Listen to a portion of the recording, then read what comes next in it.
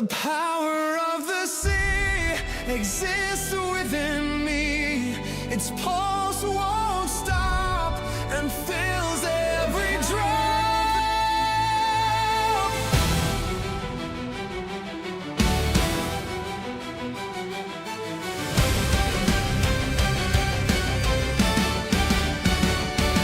Like waves, we all move.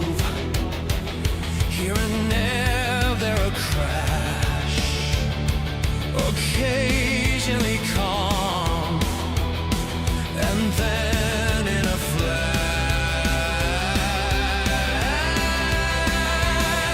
we seem yet alone, and it's a curious thing, but connection's still there, as together we'll sing a symphony of sea.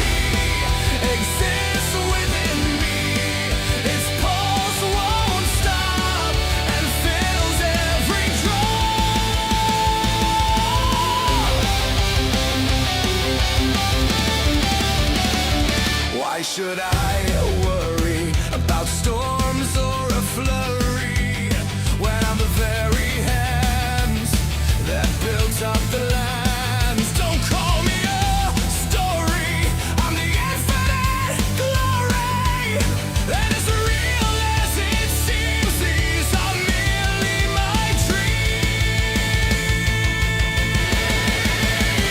No need to look to the one when we are the one, not the whole, just a part of this glorious art. Separation's unreal, there's no way to not feel. You are me and I'm you, we are many, not few. The power of the sea exists within me. Its pulse won't stop and fills every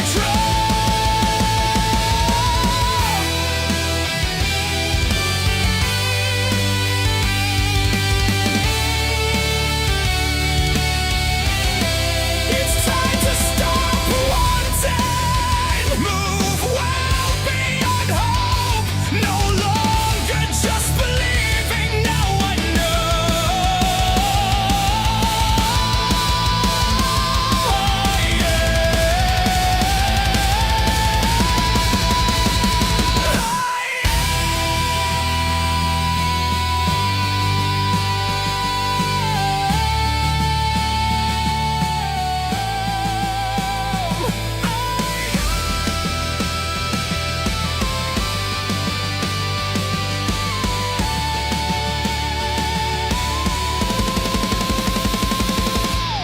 No need to look to the one when I am the one. I'm the whole and a part of this glorious art. Separation's unreal, and I eternally feel. You are me and I'm you, we are one, not two.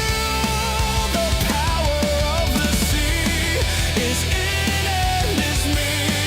Its pulse won't stop and fills every drop.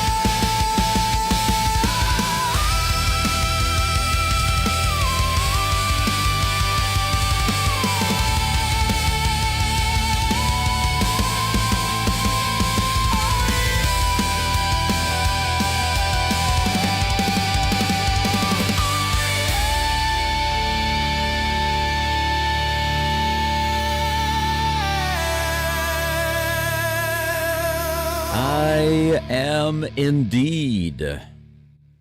You are listening to Hiroshima Radio Just kidding. This is actually the Go Dome coming at you live via my original channel, Winterborn.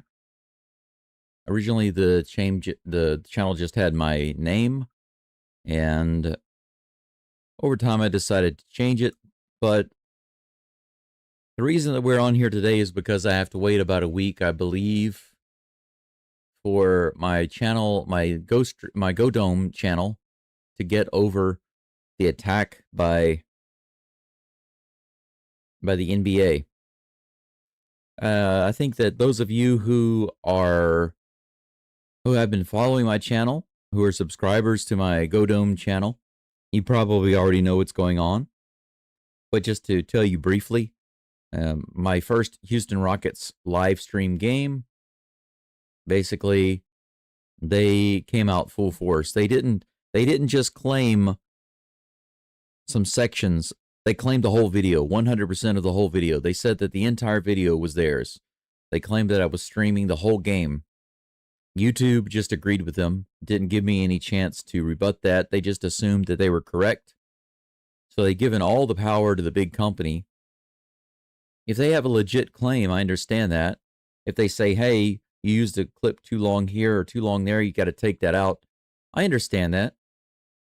Now, MLB gets a little stupid sometimes, and so does the NFL. But at the very least, they give me the opportunity to cut those clips out. Whether it's right or wrong, they give me the opportunity to cut it out. The NBA doesn't play around with that. They just go ahead and attack you with the full weight of the YouTube policy, which favors not creators. It's not even balanced. It should be balanced. That should be their goal. But their goal is not balanced. Their goal is to give all the power to these big companies. So they issued a strike against my channel, and I had to answer some questions about what is and what is not copyright. Because under YouTube's vision, Jay, it's good to see you. Welcome back. Thank you for being here today. Underneath YouTube's vision, basically, they assume that 100% of all of my video for the Rockets game was content that belonged to the NBA, which is absolutely not true. I would say 99% basically of that content belonged to me. More than 99% was just my content. It was my scoreboard, my commentary, none of their audio, some of their video clips, but that was it. And they came after me so hard, and YouTube decided, hey, we're going to side with them. We're not even going to give you an opportunity to explain yourself. So that's why we're here. That's the short version. So while I'm waiting to deal with that, here we are on my original channel. But of course, with World Series Game 1, MLB, if you'll see the short that I posted last night, you'll see that MLB claimed more than a minute, about 1 minute and 7 seconds of my live stream yesterday. And there isn't a single clip in that entire span that belongs to MLB. Not even an image. There's nothing in there that belongs to them. No video, no audio, no image, nothing. It's just literally me, my scoreboard, just what you're looking at right now. See, look at what you're looking at on the screen right now. You got the Dodgers logo and the Blue Jays logo, but these things are not disallowed. These things can be used. But literally everything else on the screen is my scoreboard setup or images that I've created. And the API information that comes in is free for everybody to obtain and use in their own scoreboards. If I use the MLB scoreboard or the ESPN scoreboard or something like that, they can copyright claim it, then I lose monetization on it. It's as simple as that. So I don't use those things anymore. That's why I took the time, put in a lot of time and some money to build my own scoreboards, is so that I would stop getting those claims. If you see these YouTubers doing the live play-by-play, there's Kevin Gosman. taking some warm-up throws out in the field. If you see some of these live play-by-play guys showing like the official 3D MLB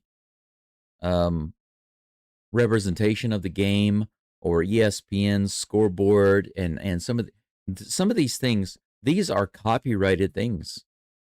And so they're going to get claimed on those all day long. I don't see how they're using those things, because if you just use it a little bit, maybe for like 5 seconds, you can get claimed. But some of them are using it for a really long time. And I noticed that one of my favorite live play-by-play guys, I'm not going to mention his name, but he was using the 3D field that MLB has. He was using that for a while through the whole game. And my question to him was, how can you use this without getting copyright claims? Well, he must have started getting his entire videos copyright claimed because he stopped using it right after that. That's the thing. That's why whenever people start griping at me and asking me, why aren't you doing this? Why aren't you doing that? Why aren't you showing the whole game? Why aren't you showing more of the game? Why aren't you showing the entire windup in the pitch? Why are you just showing a few seconds at a time? Why don't you show us more? Blah, blah, blah, blah, blah, blah, blah. You know what? If you want to see all those things, you can start your own channel. But you know what they say? FOFA. That's exactly what it is. If you go on YouTube and start your own YouTube channel and you start messing around, so to speak, you will find out very quickly exactly what's going on. Hey, Sydney, thank you for being here. You said, phew, found you. Thank you so much. I appreciate your effort. I'm sorry to make it so difficult. I don't know what else to do right now.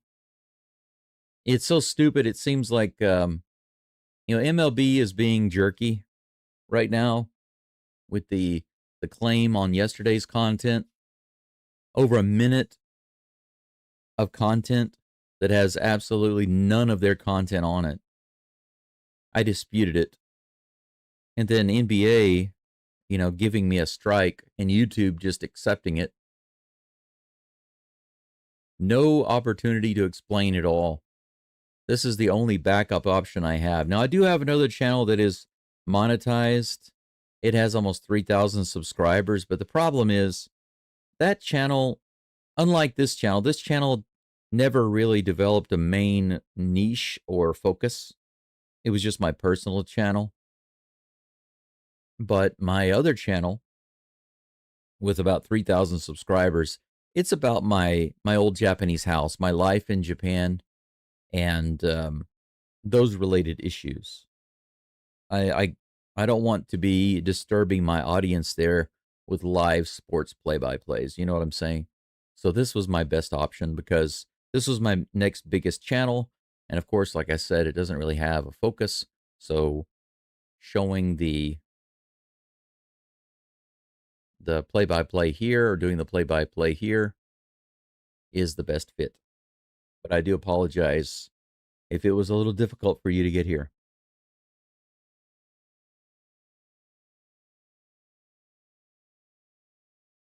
The Dodgers, of course, will be up to bat first, starting off with No Way, No Tani. Gotcha, Jay. I'm glad that you're here listening in. Just drive safe, and I hope you enjoy the game. I'll do my best to keep you abreast of what's going on. The Dodgers lineup, No Way, No Tani starts off, followed by Mookie Betts, Freddie Freeman, Will Smith, Teoscar Hernandez, Max Muncy, Kiki Hernandez. I think that's Tom Edman, right? And then Andy Pajes. Looks like we basically got the same lineup as yesterday. Fine by me, because those guys couldn't hit the broadside of a barn without a couple of hangers over the... Yeah, Shohei's looking at that trophy like he's coveting it. But you don't get what you want. You get what you are. And the Blue Jays are the best team. They're showing highlights of some of both of these teams, but I feel like they show way too much Dodger stuff.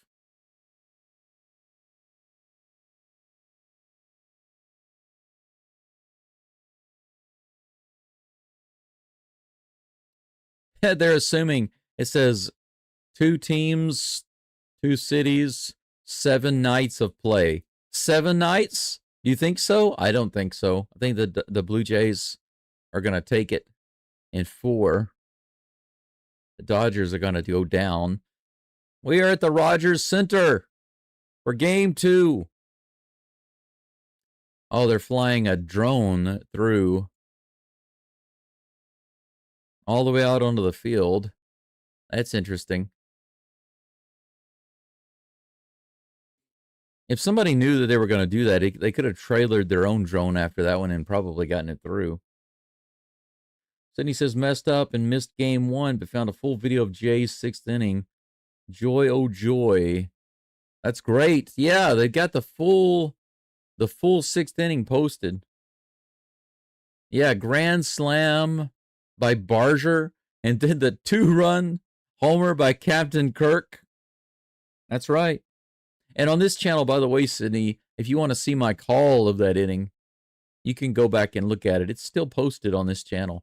I think what I'm going to do is, after I was waiting for it to process. It takes a long time for YouTube to process live videos, but I think that maybe today I will download the video and then upload it to my Go Dome channel so that everybody can see the live call replay at their leisure. So you can look for it there as well.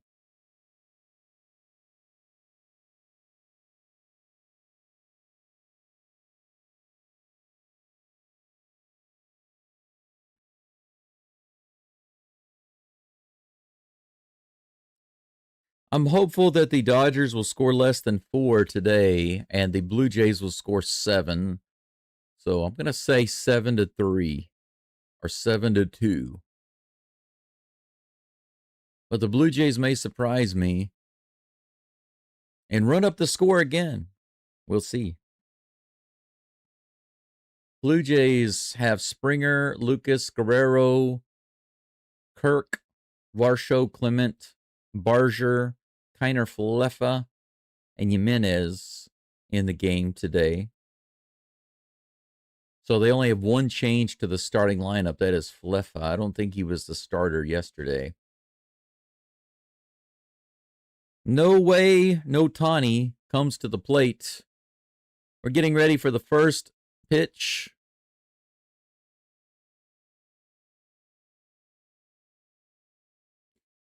Kevin Gausman on the mound. He's finished with his warm-up tosses. The crowd boos a little bit for no Tani.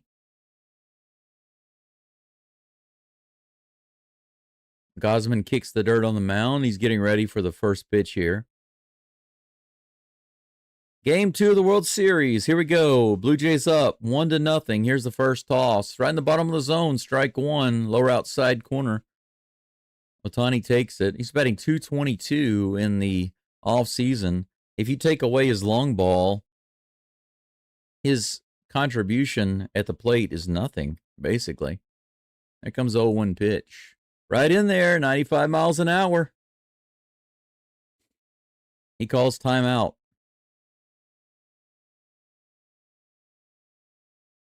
So he takes the first pitch on the low outside corner. And the next one right in there. Let's see what he throws here. Gausman versus no Tani. 0-2 pitch. Here it comes.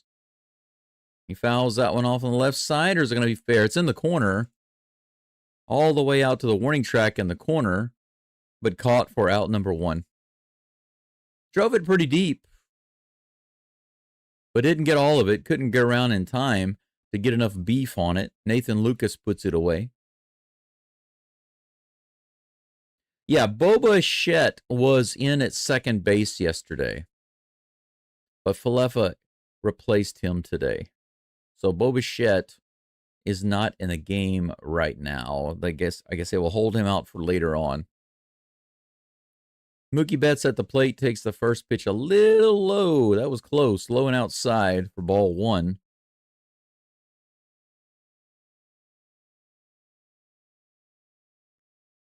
One out, nobody on. Top of the first.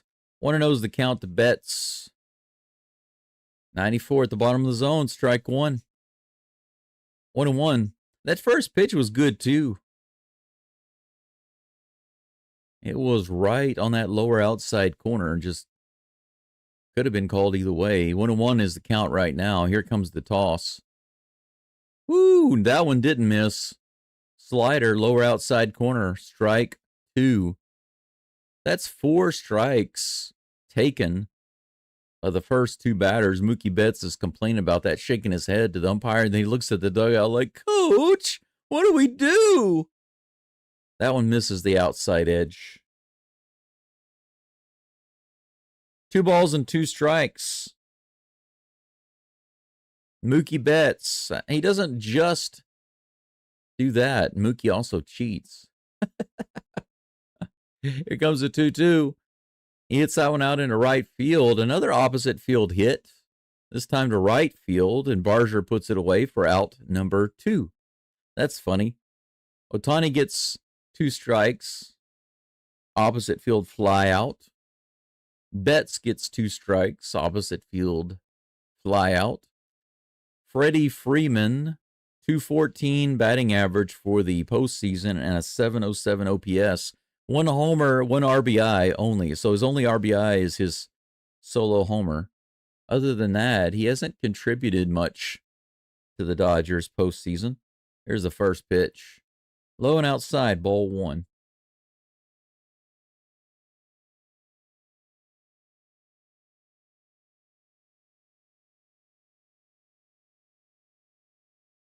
Here comes the 1-0 pitch. 2 outs, nobody on. Ooh, man, low inside. That was a strike on the inside corner, but he called it a ball. It's 2-0. His World Series last year was really good, but this postseason, he has been total opposite. Here's the next toss, the 1-2, or 2-0 rather. Ooh, that was actually below the zone. The umpire took one away and gave one back there. That ball was clearly completely below the zone. 2 balls and 1 strike. 2-1 pitch from Gosman on the way. Swing and a miss. Nice splitter. Bottom fell out of it. The count's even, 2-2.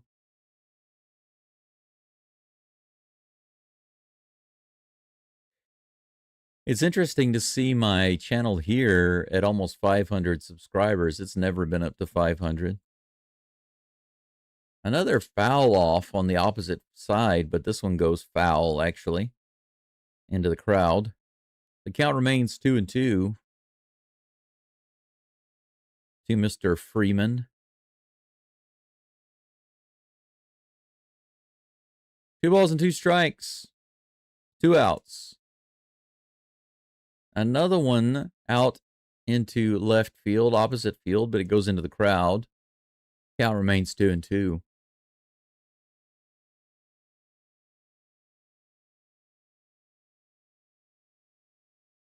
After the wild card game, the Dodgers have scored 3.6 runs per game, average 219 with a 668 OPS. So the wild card game, the wild card series, they were great. After that, they were just bad to mediocre. And they still managed to beat the Brewers. I don't understand it. I really don't. The Brewers had to play really crappy to lose to the Dodgers. Mr. Freddie Freeman. Freddie Freeman. Here's a 2-2 again. This is lined out into right field. That's going to be a double for sure.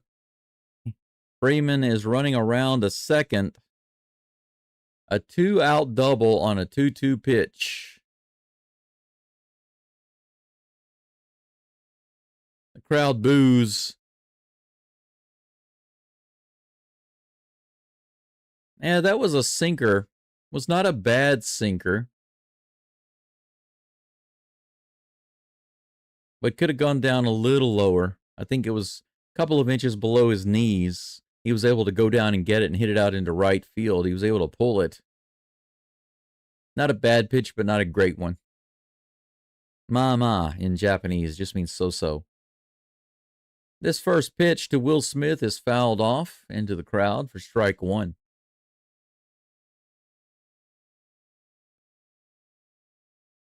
I'm not going to be pushing everybody for,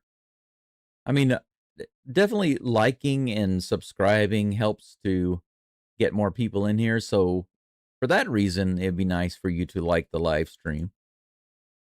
There's another hit up the middle. Looks like they're going to score a run. With 2 outs, a double and a single, and the Dodgers are up 1-0. Well, there's one of their 2 or 3 runs that they'll get this game. Gausman can use this inning to get the kinks worked out, I suppose. Another slider, but that one's too high, above his knees. No, you can't do that. He might need this inning to kind of get that slider worked out because he's going to need it. Runner on first with 2 outs. Teoscar Hernandez at the plate. 2 hits now for the Dodgers. 1 run on the board. Blue Jays are going to answer with 3 runs, maybe 5. I feel it. Oof, that was nice. 85 at the bottom of the zone. Umpire calls it a ball. The umpire has been a little inconsistent, I will say that. A couple of balls completely out of the zone called a strike. A couple at the bottom of the zone or the edge of the zone called balls. Swing and a miss. 84 inside on the splitter. Counts even 1-1.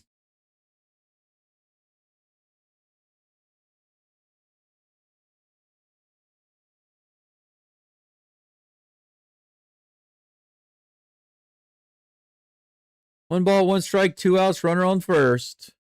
Grounded foul. Teoscar Hernandez at the plate. The 5th batter in the Dodgers lineup. 1 strike away from getting out of this inning.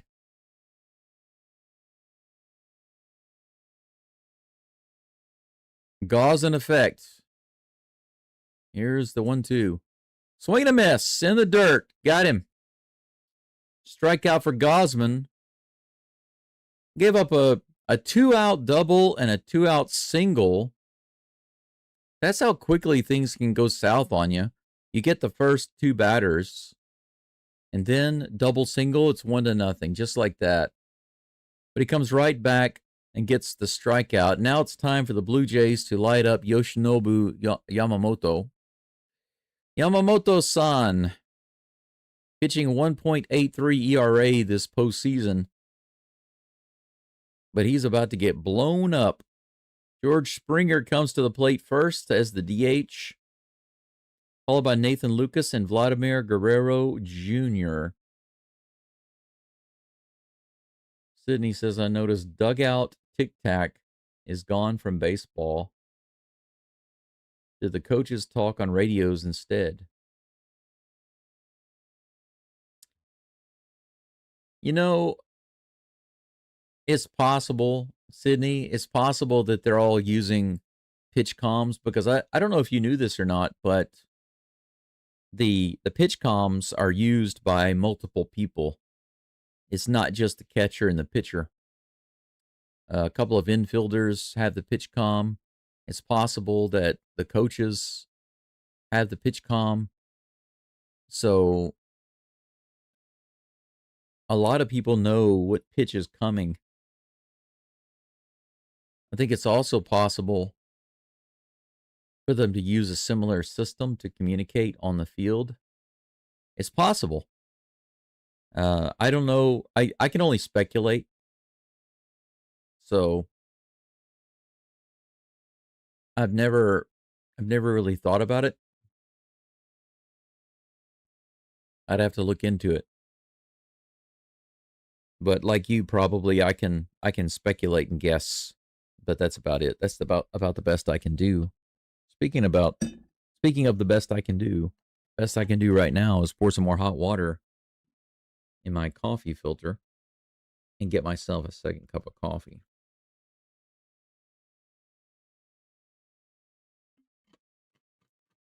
Good old Springer at the plate.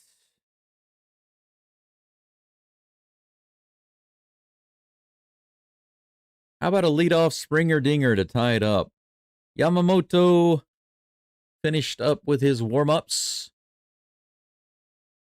About to face the top of the Blue Jays' destructive batting order.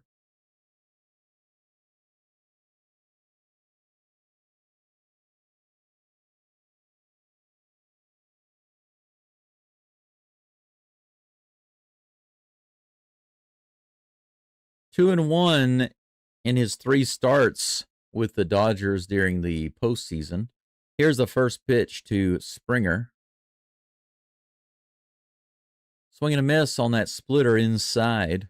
Big whiff by Springer. 4 home runs in the postseason, 9 RBIs, 916 OPS.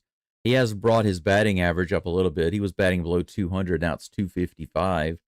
Here comes the next pitch. Swing and a miss on the curveball. Another big hack. Couldn't get the bat on it. Well, now he's seen 2 different breaking pitches. Let's see if he can get the bat on it this time. Here comes the next pitch. 97 high fastball. He fouls that one off. Of course, it's the fastball that he fouls off.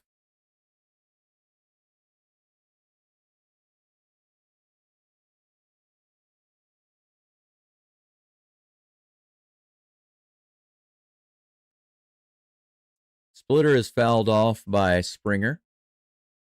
So now he's getting the bat on the ball, the fastball and the splitter. 4 pitches from Yamamoto. This will be the 5th. 0-2 is the count against Springer. Here comes the toss from Yamamoto. Oh, that's a line drive all the way out to the wall in left field. Going to be extra base hit for Springer. He's booking it to second. He's going to have to slide in there, and he's in there head first, no problem. The throw's off. Lead-off double for George Springer. First hit of the game for the Blue Jays. A mini double dinger from Springer. That's what I'm talking about right there. That's what I'm talking about right there. Nice, solid strike right on the meat of the bat.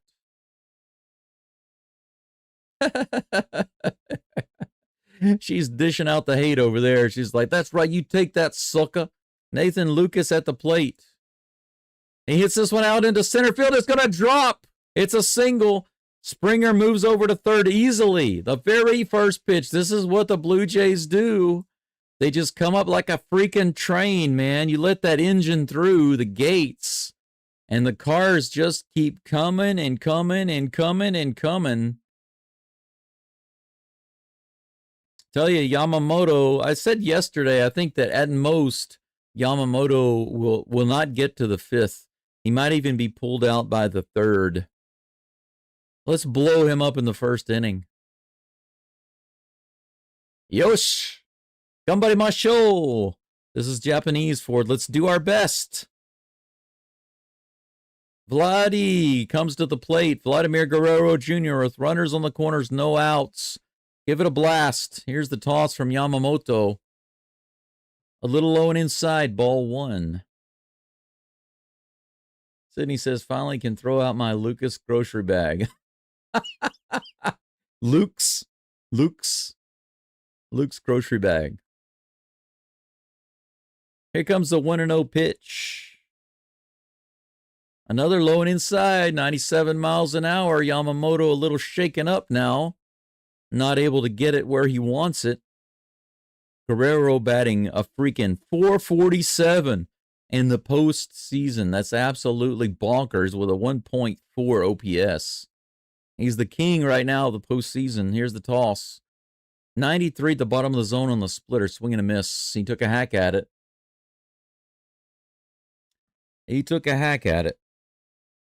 Come on, Vladdy. My name is Vlad the Impaler. You might also know me as Dracul. 2 balls and 1 strike. Ooh, 93 inside and swing and a miss. What are you doing there, Vlad?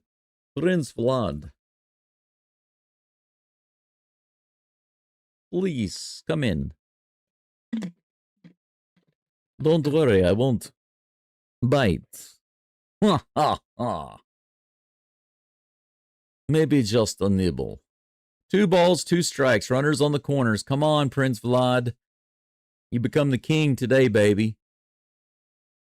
Here comes the 2-2 pitch from Yamamoto.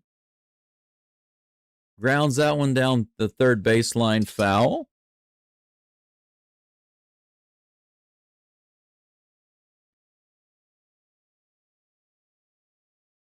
Vladimir batting 10 for 22 with runners in scoring position. That's nearly 500.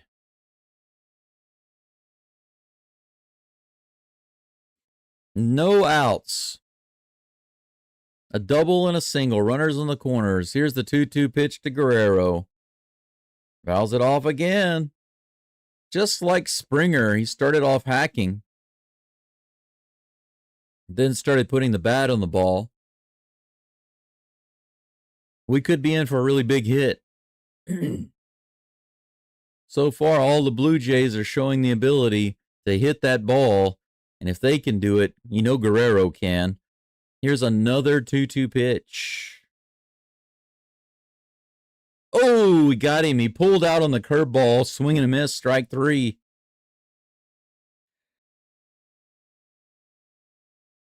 You know, Guerrero didn't stay in the box. He came out. He came out on that. He should have kept his head down and stayed in there. He stepped away. 1 down.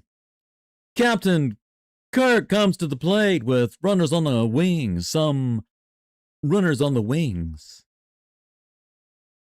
Inside and low, ball 1. Yamamoto now up to 14 pitches.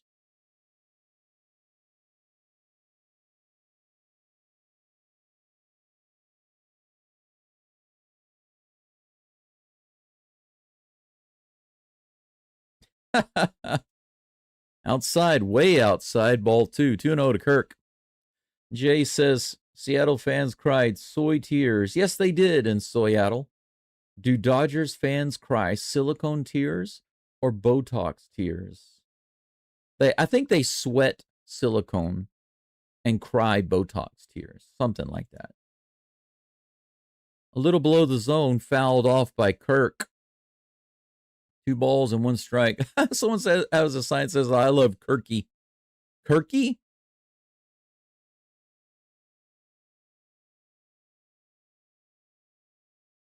You know what I should do? I should take a sign and copyright it.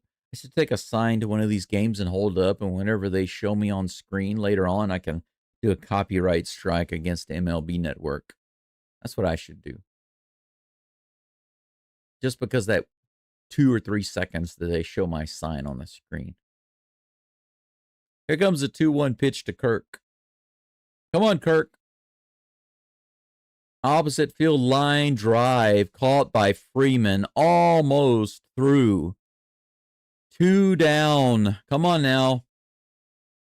That was close. Freeman just happened to be in the right spot. George Springer and Lucas were close to the base, so they didn't get thrown out for the double. Dalton Varsho comes to the plate. I just remember that I need to get my cough drops and take my cough medicine. I'll do that at the end of this inning. Score some runs first, Jays. Here's a toss. Curveball inside, ball 1.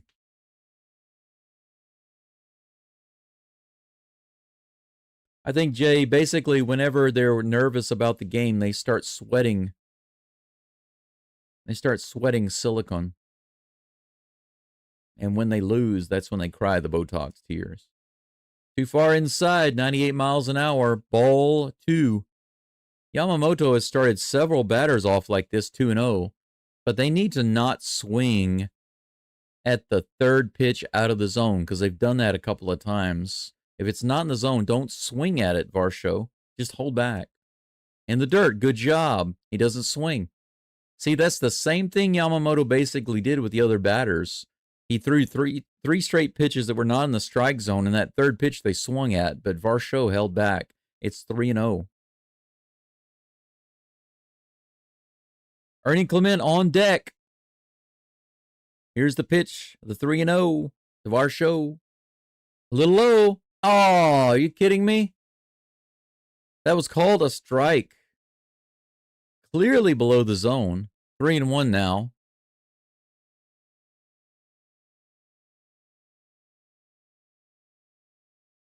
Let it go.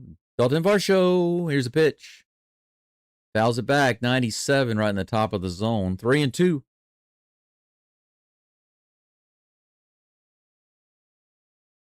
Pitch number 23 coming up for Yamamoto in just a moment. Come on, Varsho. Bring them lobsters home, baby. It's dinner time. Ding, ding, ding, ding, ding, ding, ding. Strike 3, curveball. He takes it right down the middle. He didn't even try to swing. He didn't even try to swing, and that's out number 3. So right off the bat, the Blue Jays send the boats out, catch 2 lobsters. They're in the traps, and they have 3 opportunities to bring them in. Fail, fail, fail. 6 lobsters lost in the very first inning. 6 opportunities completely lost. 1-0 Dodgers. 2 hits for the Jays, 2 hits for the Dodgers. It's 1-0 draft Dodgers. Top of the second coming up in just a moment. Let me grab my cough medicine. I'll be right back.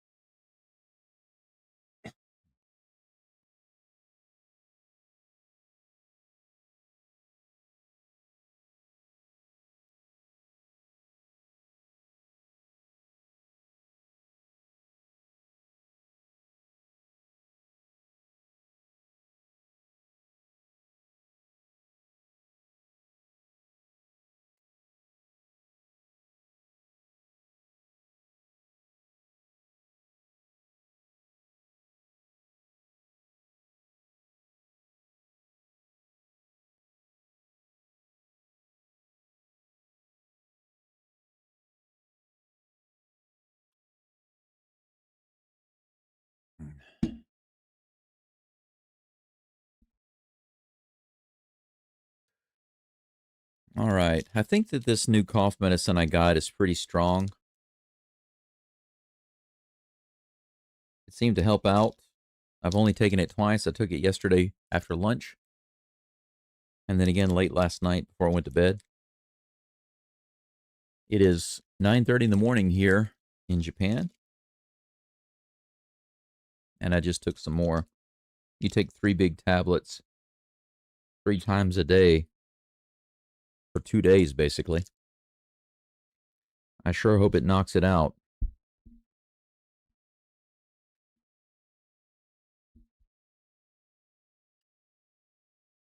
"11 people watching right now. We're on commercial break, in case you're wondering. I'm waiting for them to come back from commercial break. The Dodgers will be up to bat in just a moment. Top of the second. It's 1-0 right now. 2 hits for both teams, no errors.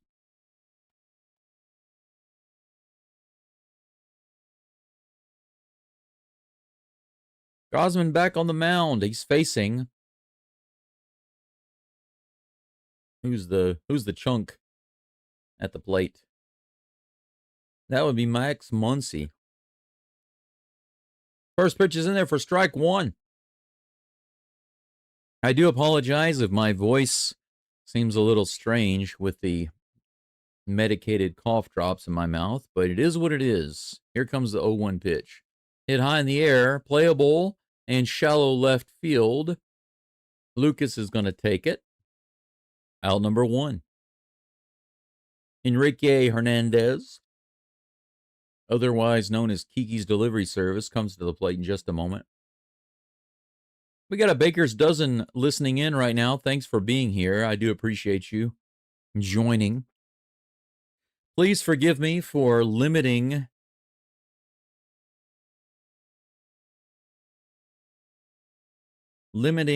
the previews and clips and highlights. It's because of MLB and YouTube I'm being forced to do this.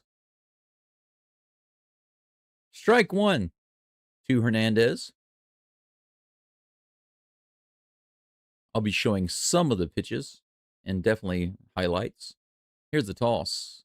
Low and outside. Ball one, the count's even.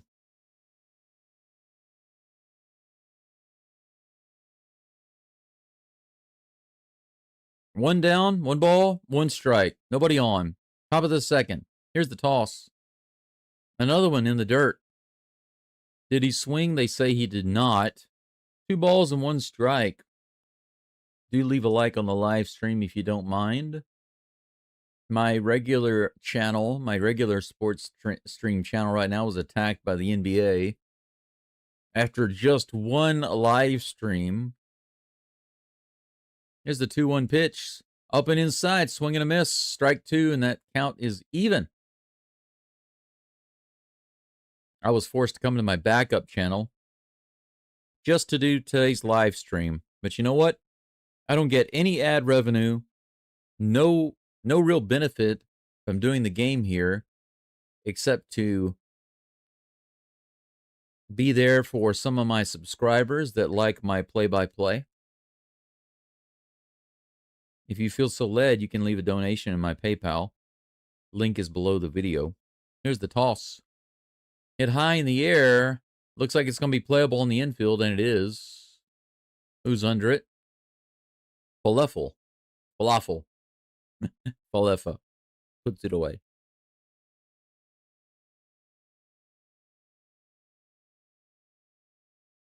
Looks like a pretty cool place.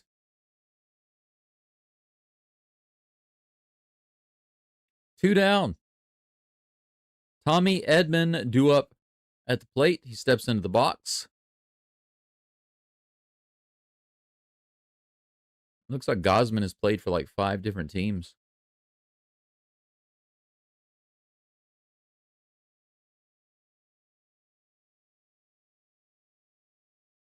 Here comes the first pitch to Mr. Tommy Edman. A little high, 94 miles an hour on the fastball. Ball 1. How many likes do we have on the live stream right now?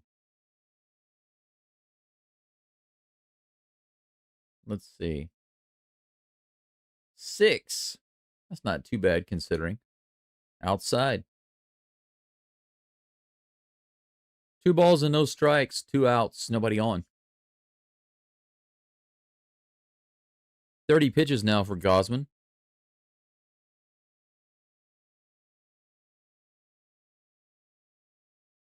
That pitch is below the zone. 3 straight balls to Edman.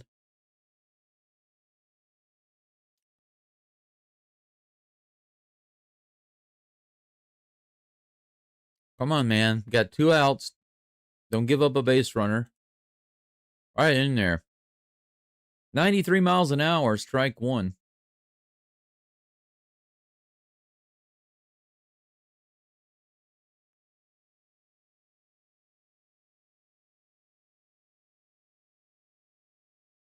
Three-one pitch on the way. That's in there, fouled off. Another 93 mile per hour fastball. Full count. 1 strike away from getting out of this inning. Edman actually has a 7-game hitting streak. This would be a good game to break it. Break it down. Swing and a miss. Got the strikeout. Heck yes. 95 miles an hour. Edman wasn't expecting that. I think he was looking for an off-speed pitch. Didn't get it. Gosman picks up another strikeout.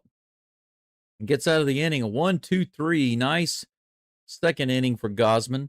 Looks like he got the kinks worked out right there. 1, 2, 3. Okay, let's see here. Let's take a look at the stats for Gosman so far. 2 innings pitched. Given up 2 hits, both in the first inning. 1 run, first inning.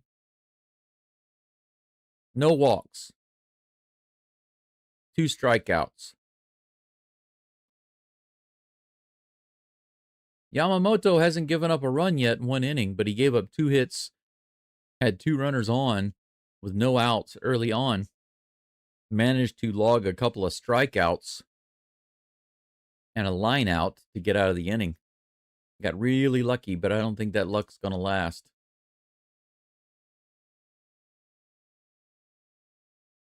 Commercial break right now. We are in the middle of the second. Blue Jays due up in just a moment.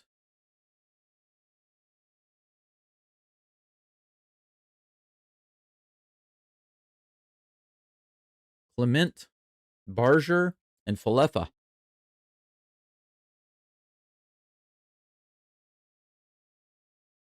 Oh, man. Just holding my coffee cup in my hand is so nice and warm. Let's see what the weather's going to be around here today. I think it's going to get up to about 22 degrees Celsius. Oh, on this other app, it says 19. So still cool. Not cold, but cool. Nice weather. Tonight, down to 11.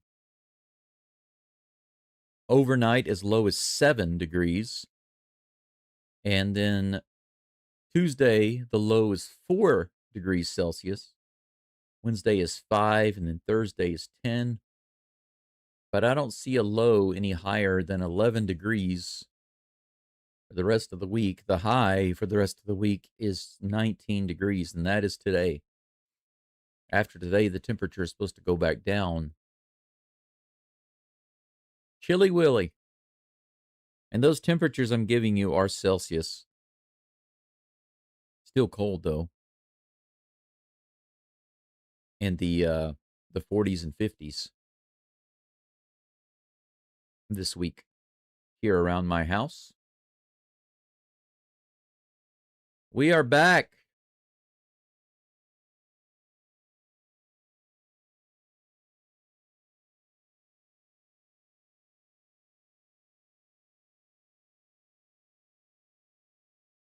Clement hits the first one straight up on the infield, and he misses it. Nobody gets it. Dodgers defense strikes again. A pop up to the pitcher. Yamamoto points at it, and he waits for somebody to get it. Freeman comes in, and he overruns it and misses it. Good old draft Dodgers. Womp, womp, womp.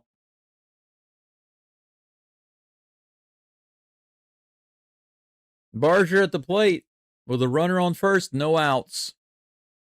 That should be an error for sure. Gotta love me some Dodgers errors. Los Angeles errors. Outside edge. Man, that was a little generous. Strike 1. Barger. The Barger Barrage. A 324 average. Don't poke the Barger. OPS over 1. Outside. On the curveball. 2 balls and 1 strike. Yamamoto knocking at the door of 30. This next pitch will be his 28th. Here comes a toss. Right on the outside edge again. This time it was in the zone. 90 miles an hour, strike 2. It looks like he slowed it way down to try to have some more control. Maybe Yamamoto doesn't have his control right now at full speed. Why would he be throwing a 90 mile per hour fastball? Here's the 2-2 pitch. That was Low and outside on the outside edge. It was close. Ball 3. It's a full count. Falefa on deck. Clement on first base. No outs. Full count. Here comes a pitch from Yamamoto. Barger. Another taken strike 3. 97 miles an hour at the bottom of the zone. What are you guys doing? That's 2 Blue Jays and 3 batters that have taken a ball right in the zone for strike 3. There's no excuse for that. 97 right down the middle. You can't take that. You got to swing the freaking bat, man. 1 down. Falefa swings at the very first pitch and he hits it out into center field. That's what Barger should have done. Clement goes back to first base. 2 outs. After a nonsense first play, a ridiculous take for a strikeout, Yamamoto's almost out of this inning, but he is facing Andre Jimenez, who comes up with some good luck at the right time. The righty on lefty, it's a dangerous at bat. 76 miles an hour on the curveball in there for strike 1. He might be the 9th hole hitter, but he comes through in important situations, and he's dangerous against these right-handers. Here comes the 0-1 toss. Opposite field hit, backhanded by Betts. He fumbles with it for a second. He barely throws him out at first base.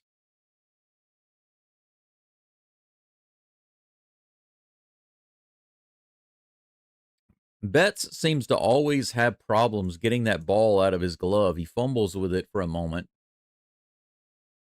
He's lucky that he was able to still beat Jimenez over to first base for that 3rd out. So that's it for the 2nd inning. Another hit for the Blue Jays. I don't know why they gave him a hit there instead of an error on Freeman. That should have been an error. All right. Is it because they love the Dodgers? It's got to be because they love the Dodgers. Oh, we can't give the Dodgers an error.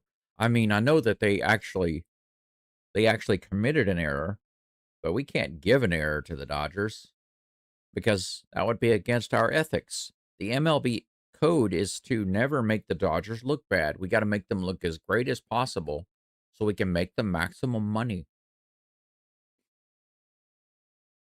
We are on commercial break. 1-0 Dodgers going into the top of the 3rd. Thank you all for being here. Got about half a dozen watching right now. We've got a commercial break going.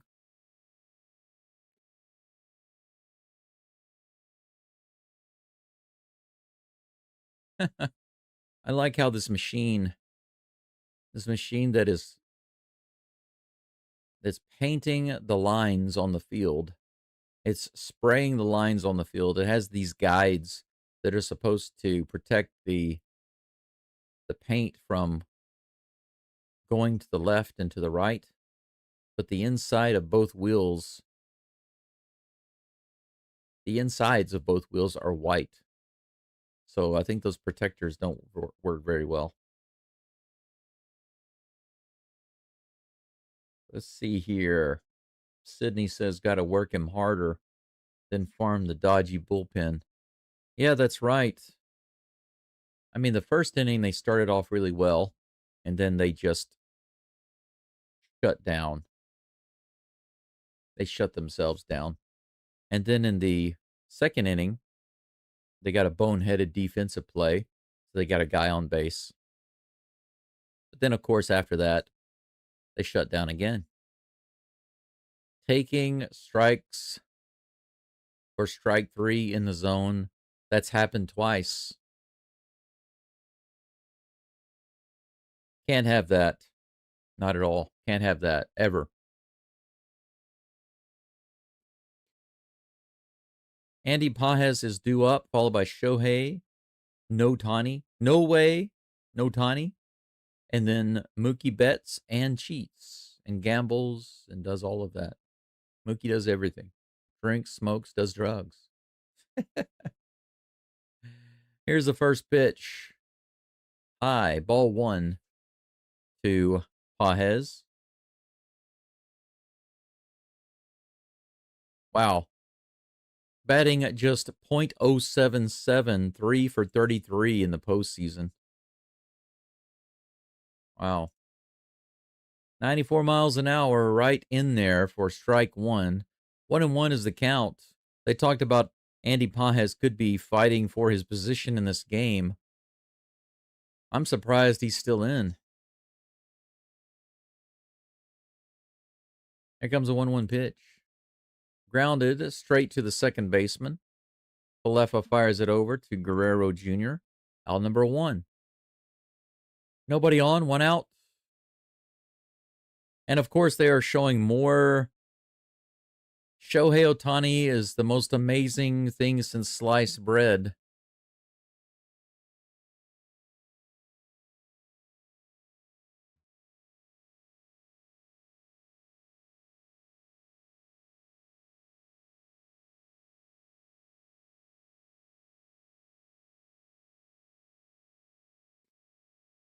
Top of the third, 1 out. Here's the first pitch to Ohtani. Right in the bottom of the zone, strike 1. Nice pitch, 96-mile-per-hour fastball. Ohtani flew out to the opposite field in the first inning.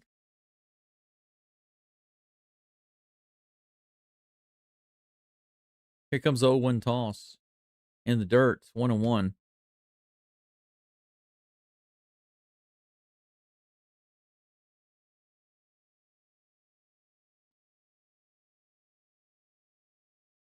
One ball, 1 strike, nobody on, 1 out. Gosman bringing in the pitch to Ohtani. He hits that one really high on the left side, should be playable. Clement puts it away in foul territory. That was a high fastball around 95 miles an hour. The elevator went to the top floor. Ohtani went after it.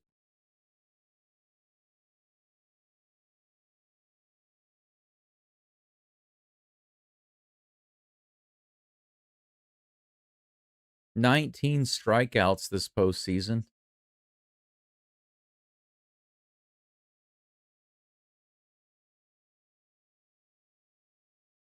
Two outs. Betts at the plate. Grounds the first pitch straight to Jimenez at shortstop. Makes the play to first base. 3 up and 3 down. The Dodgers go down easily. Gosman at 42 pitches. Gets out of the inning. Top of the third is finished. George Springer due up in just a moment. The bottom of the third.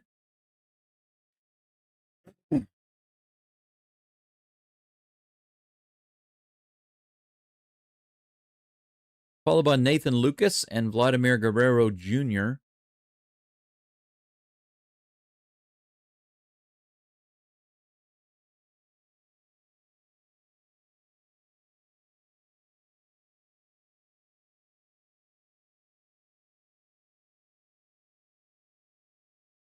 It's 1-0 Dodgers. 3 hits for the Blue Jays, 2 for the draft Dodgers. I want to take a look at a couple of games right quick, couple of other games.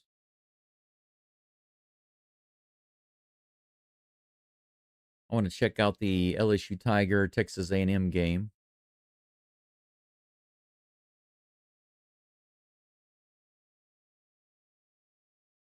For those of you who know anything about the LSU Tigers, I'm not convinced of their offense this year, primarily because of Garrett Nussmeier, the quarterback. Sussmeier is what I would call him. He's very suspect.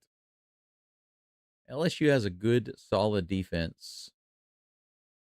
And there's nothing wrong with their offensive line and everyone else. I think everyone else is fine. But Nussmeier, I don't know, man. He's not the star quarterback that they were expecting him to be. They were expecting him to be really awesome this year. And he has been just a solid, mediocre quarterback. He's a good backup quarterback. That's all he is. He's had plenty of time, in my opinion, to develop and become a solid quarterback if he has the ability, if he has the skill and the ability. Either he hasn't unlocked it or he just doesn't have it. One of those two. One of those two. Charles says, I got my wish yesterday with a Blue Jay win. Let's go. Hammer these dog hairs again. At the dog hairs. Los Angeles dog hairs. Send me home sobbing. Thanks for the game coverage tonight. Thank you, Charles, for being here. Like I've said before, I know that it's a little troublesome, a little annoying to have to come over here to see the game. It looks like the Tigers are down 14-9, 6 minutes before the half, and they've got the ball on their own 23-yard line and third down and long. Okay, now I can get back to the game here. What in the world happened here? As soon as I get back, Springer got hit again. Are you kidding me? He got hit up by close to the hand. Here's the pitch. Can you believe that?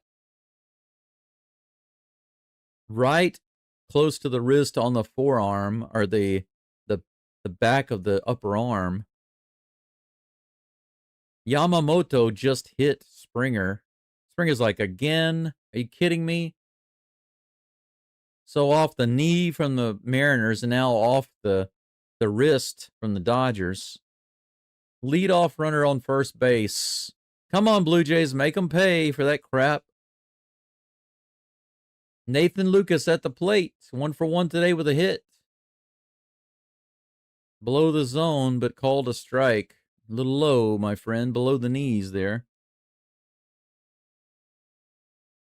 0-1 is the count.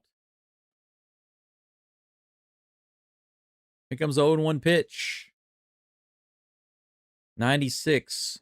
Swing and a miss on the high fastball. 0-2.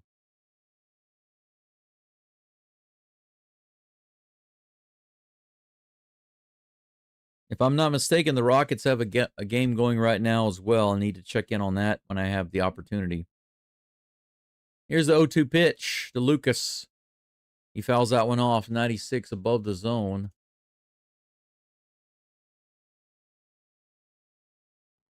ESPN. Houston Rockets. Let's see what we got going.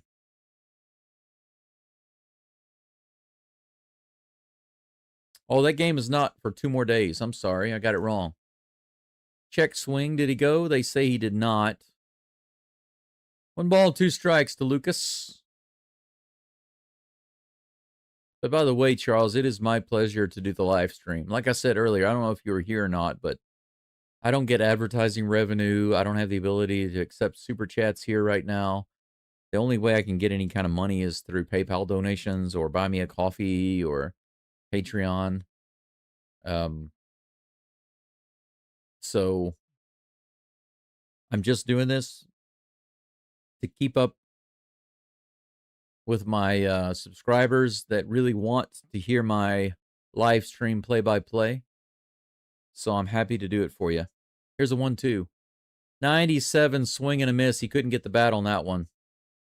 Strikeout for Yamamoto on his 40th pitch of the game. First out of the inning. Springer is on first base. He was hit by pitch. And Vladdy comes to the plate. Vladimir Guerrero Jr. struck out on a curveball, I believe. It was a swing. His first at bat. Let's see if he makes more contact this time. 94 on the outside edge. Takes that one for strike 1. He's nodding his head. Could have gone after it, but not a really great pitch to be hitting off the end of the bat. He rips that one out in left field all the way to the wall. It's off the wall in left field. Springer's around a third base.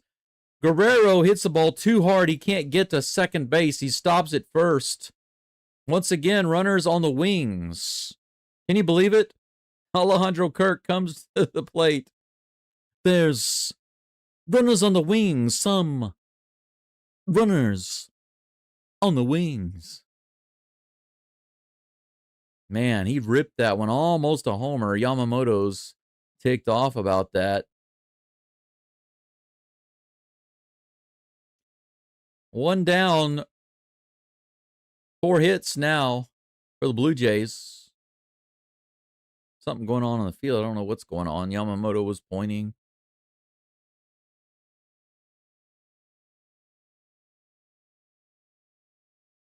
Oh, okay. They wanted that ball because he just passed John Olerud for most hits in Blue Jays history. Captain Alejandro Kirk at the plate. Come on, bro. Let's do it. Check swing. They say he does not go around. Ball 1. Kirk almost had an opposite field hit his last at bat with runners on, but it was a line out directly to Freeman at first base. It was an easy catch for him to handle. He hits this one pretty deep. It's not going to be a homer, but it'll be deep enough to get a tag. Springer runs home and ties the game. Sacrifice fly for Captain Kirk. It's 1-1.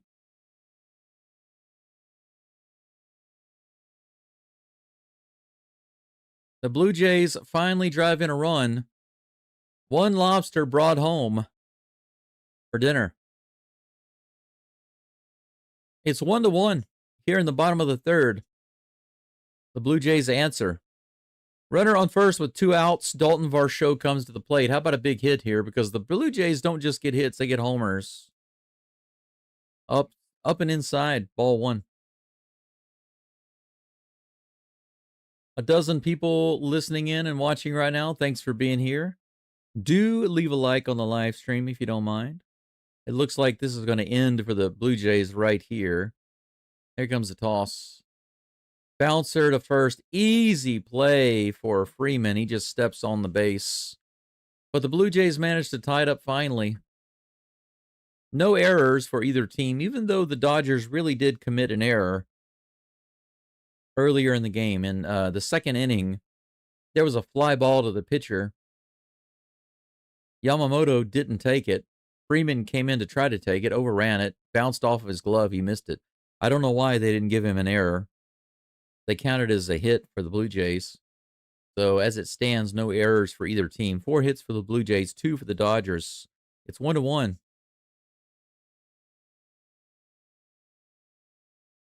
1-1.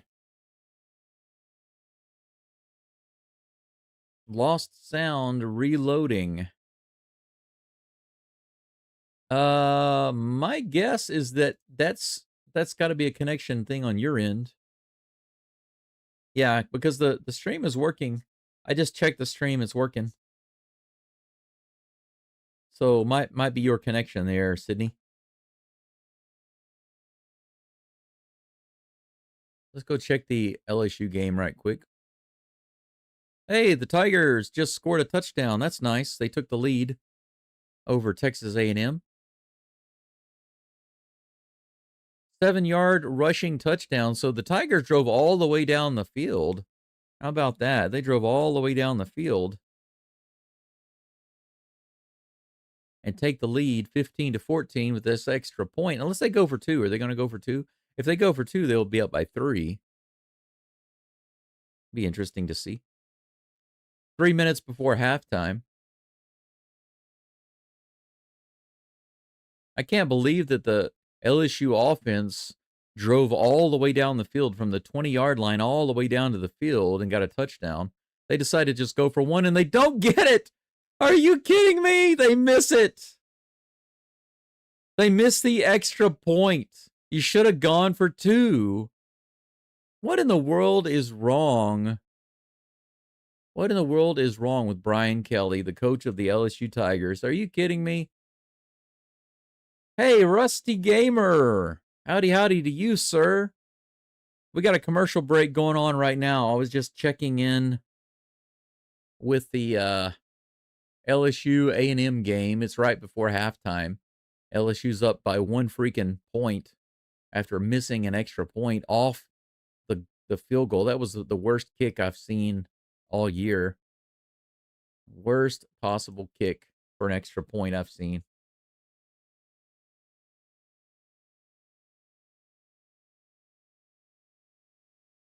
That's kind of weird. Yeah, I'm not sure what's going on there, Sydney, but I just checked it on mine and the audio is working just fine. Now there are some times where I mute the microphone so I can cough, and I might forget to turn it back on, but I haven't done that today to my knowledge. The first bat by Freddie Freeman, the first batter of the inning, the top of the fourth. He swings and hits it out to center field. Varsho takes it for out number 1. 1 up and 1 down and 1 swing. Will Smith coming up next. Brendan says, what happened to your account? Well, nothing happened to my account. Basically, what happened was I just did one Rockets game. Just one Rockets game. And NBA, they attacked me heavily, claiming that the whole video was their property. 100% of the whole video was their property, and they didn't claim parts of the video like MLB or NFL does. They claimed the whole video, and YouTube assumed that they were correct, and so they gave me a strike and did not give me any opportunity to get reviewed or contest it or to prove my case or to trim the video or anything. They literally said this definitely belongs to NBA because NBA says it does. And that's the truth. That's the 100% truth. So they gave me a strike and I can't live stream for a week. Will Smith hits this out into right field. Should be an easy play for Barger, and it is for out number 2. 2 up and 2 down on 3 pitches. That's nice. Teoscar Hernandez due up in just a moment.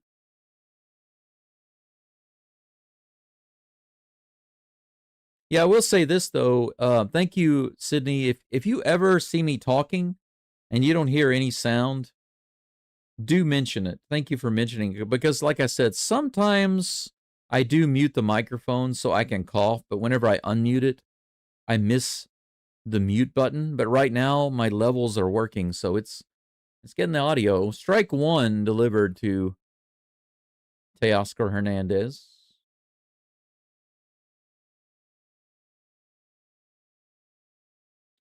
Sydney says only happened once before. I literally missed your sage answer to my best question about ace pitchers. Sage answer. I don't know about that.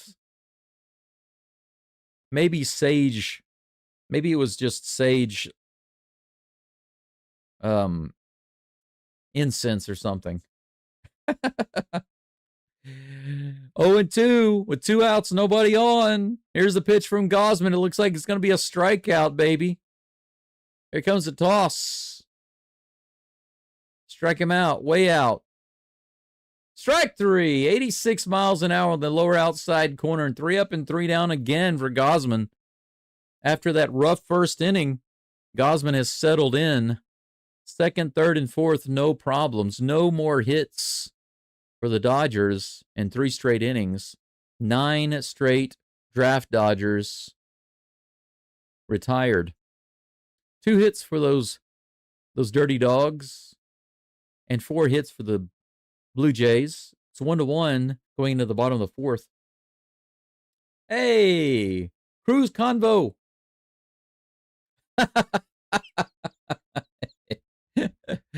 Cruz Convo, welcome another one of my subscribers from my Go Dome channel. I'm glad you guys are finding me. Like I said, I do apologize for the inconvenience of having to come over here to this channel. It was really my main and only option. I mean, I had another option, like I said earlier in the stream. I have another account that has almost 3,000 subs, but it has nothing to do with sports. It has everything to do with living in Japan and, you know, living here in this old house and doing repairs here. I didn't want to bother those subscribers with my sports play-by-play. This particular channel was my original YouTube channel. My personal channel, it doesn't really have any main focus. So I decided to do the live stream here, even though I can't accept super chats and I don't get any type of ad revenue or anything. I literally get $0 and 0 cents for doing my live stream here. So if any of you have the opportunity and the desire to support me, please use my PayPal link to send me a donation. I appreciate it. But Cruz says, I just found this channel. The name threw me off. I thought someone was hijacking your stream. Yeah, I was forced to do it. It was either don't stream at all or it was come stream here. Those are my choices. Cruz. There were no other choices because NBA attacked my channel from doing the Rockets play-by-play. They claimed that all of my video belonged to them from beginning to end. They literally claimed the whole video. I won't rehash all of the details. I will just say that they claimed my whole video and YouTube agreed. And then they gave me no ability to approve otherwise or respond or deny that or make any changes or remove any highlights or anything. They just assumed that the NBA is right. They are God. And they gave me a strike. And now I can't live stream on that channel for a week. It should be up in just a couple of days, and then I'll be back over on the Go Dome. Yeah. Yeah, and Brendan, it's not just that. Yesterday, game one here, I did game one here on this channel, and MLB also claimed 1 minute and 7 seconds of my video where not a single clip of the game appears. Not a single clip. And they claimed like 1 minute and 7 seconds of it. So I issued a dispute, an official legal dispute to deny that claim. Little tapper over the right side, and Clement grounds out as Yamamoto covers first base and Freeman flips it to him. 1 down. 2 pitches and 1 down. Yamamoto just 2 pitches away from 50 pitches in this game.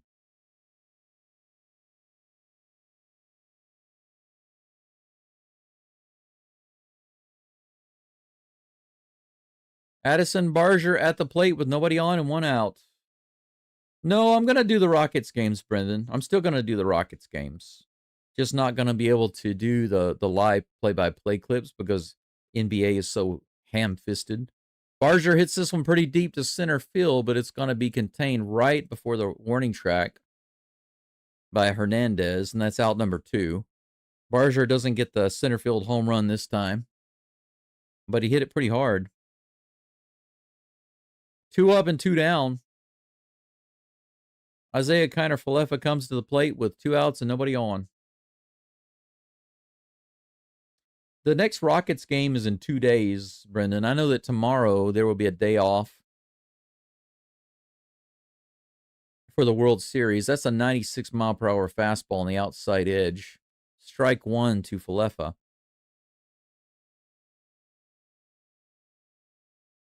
I'm not sure if I'll be able to live stream on my Go Dome channel for that game or not, but I've got a choice to make that day because the Rockets game on the 28th, well, for you guys and gals in the U.S., it'll be on the 27th, but for me, it's the 28th. This is a bouncer to Betts. Wow, Betts doesn't fumble that ball out of his glove. He's been having a hard time getting the ball out of his glove. I know that he's a transplant from right field. He doesn't seem to be able to pull the ball out of his glove as fast as somebody like Pena. Pena is definitely the superior shortstop over Mookie Betts. But that's the 3rd out. As Falefa grounds out. The good thing is that the Blue Jays will have the top of the batting order up again after Jimenez next inning. Jimenez, Springer, and Lucas. But the Dodgers will be back up to face Gausman in just a moment. We are done with 4 innings of baseball. We're all tied up 1-1. Max Muncy is due up, followed by Enrique Hernandez, then Tommy Edman.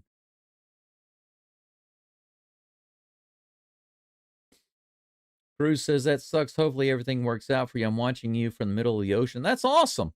Where are you headed? And how's the cruise so far? And where do you stay when you cruise normally? Do you stay in like the economy, the middle class, the upper class? Are you one of those luxurious type guys? I love me some first class and business class.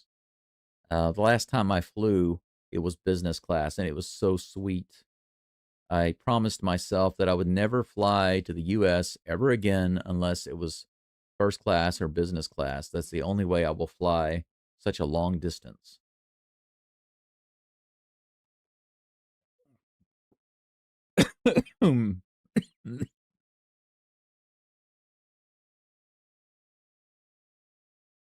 the coffee went down the wrong pipe.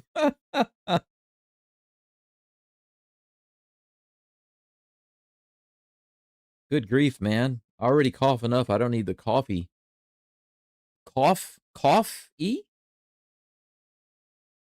Womp womp. Brendan says the NBA worth billions attacking small channels. That's what they do, man. But you know what? It's not just the NBA, Brendan. There's one company, and they represent several different organizations. For example, they also represent like Amazon for Amazon Prime. They also represent Netflix. They represent several really big companies, and they basically that's all they do is just sit around on YouTube and social media issuing copyright strikes all day long. And I even sent them an email. I sent them an email and I explained to them my situation. And I said, hey, look, this is the very first live play by play that I've done for the NBA. And 99% of it, at least, is my own content. It's mine. You're claiming the whole video, but the vast majority of it is mine. And if you want me to remove the highlighted clips of the NBA game, I'll gladly do that. You know, if just do the copyright claim, not the strike. But they haven't responded to me, and I don't expect that they will. I think that they will not respond to me because that's what they do. They never respond. The problem is if I try to legally dispute it, because there's some of their content in my whole video, the courts will still allow them to claim the whole video. How is that even fair? YouTube has stupid policies when it comes to stuff like that. More than 99% of the video is mine, but if there's 4 seconds of NBA in the whole video, they can claim the whole video. How is that fair? 1 ball, 1 strike to Muncy. He tries to bunt, and they say that he did try to bunt. He didn't pull back in time. 1 ball, 2 strikes. Gosman up to 51 pitches. Now, it's not worth it, Brendan. Trust me, it's not worth it. Sydney says, is that 10 lobbies? Oh, lobsters. Let's see. That's 11 for the Blue Jays. You're close. 11.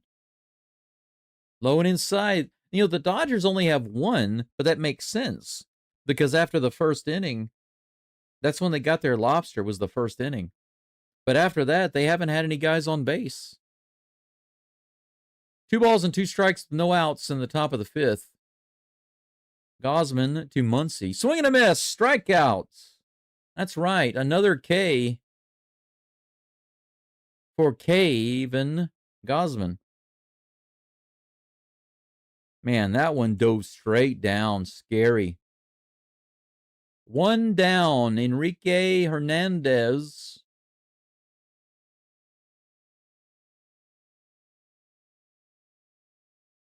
At the plate. Kiki's strikeout service. Fouls off that first pitch, strike 1.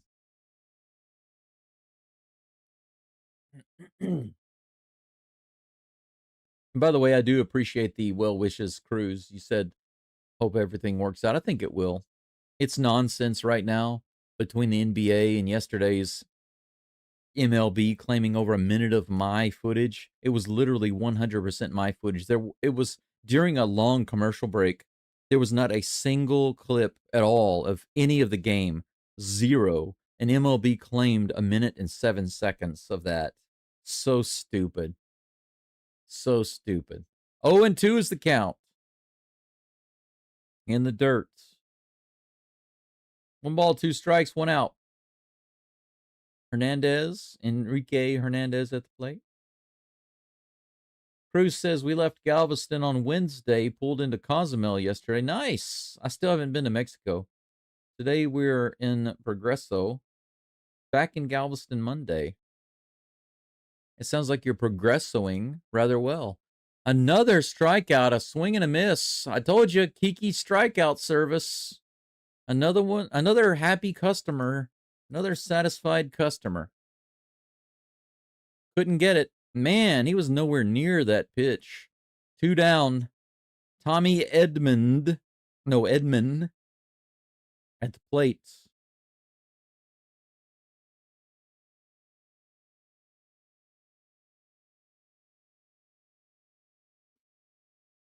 Oh for 1 today.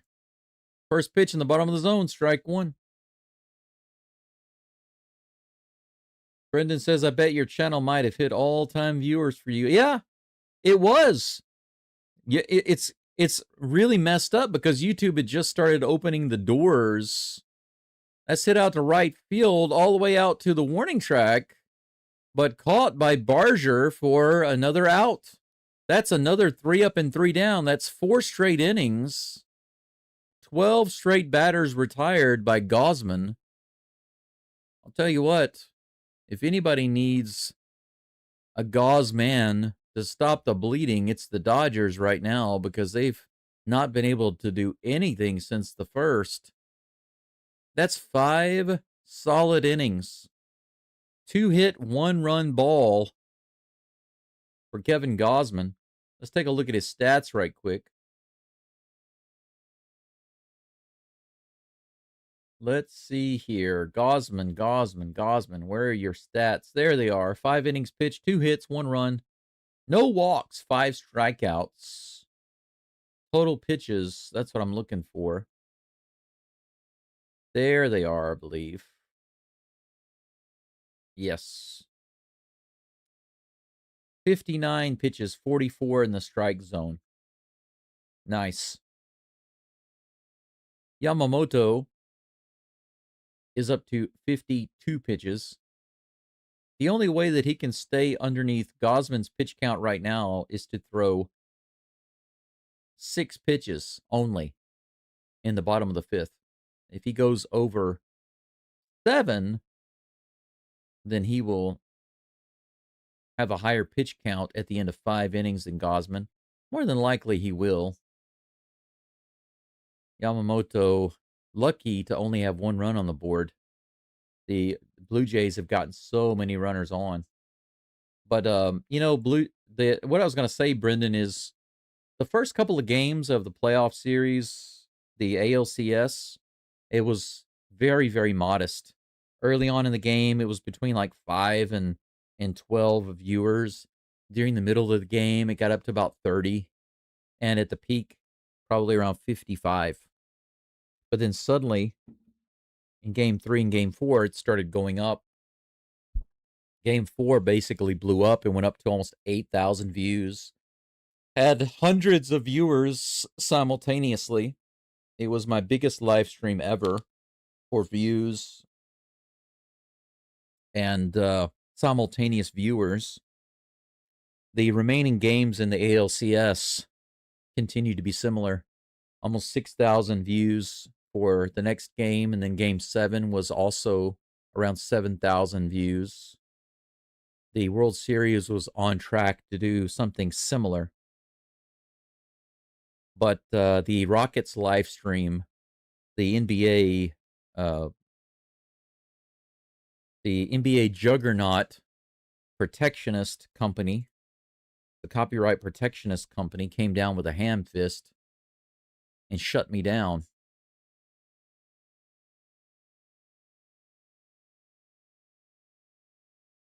Andre Jimenez at the plate, facing Yamamoto here in the bottom of the 5th. Fouls off the first pitch for strike 1. Anyway, my understanding is that your first strike, you have a week where you can't live stream, so that's why we're here. That's why we're here on this channel, but it's not ideal. I don't get any extra money unless you guys donate to me. And but I wanted to do the games for you guys and gals. You know what I'm saying? This is hit out into left field and easily playable by Hernandez. That's out number 1. Thought that might be down for a moment. Floated it out there too far.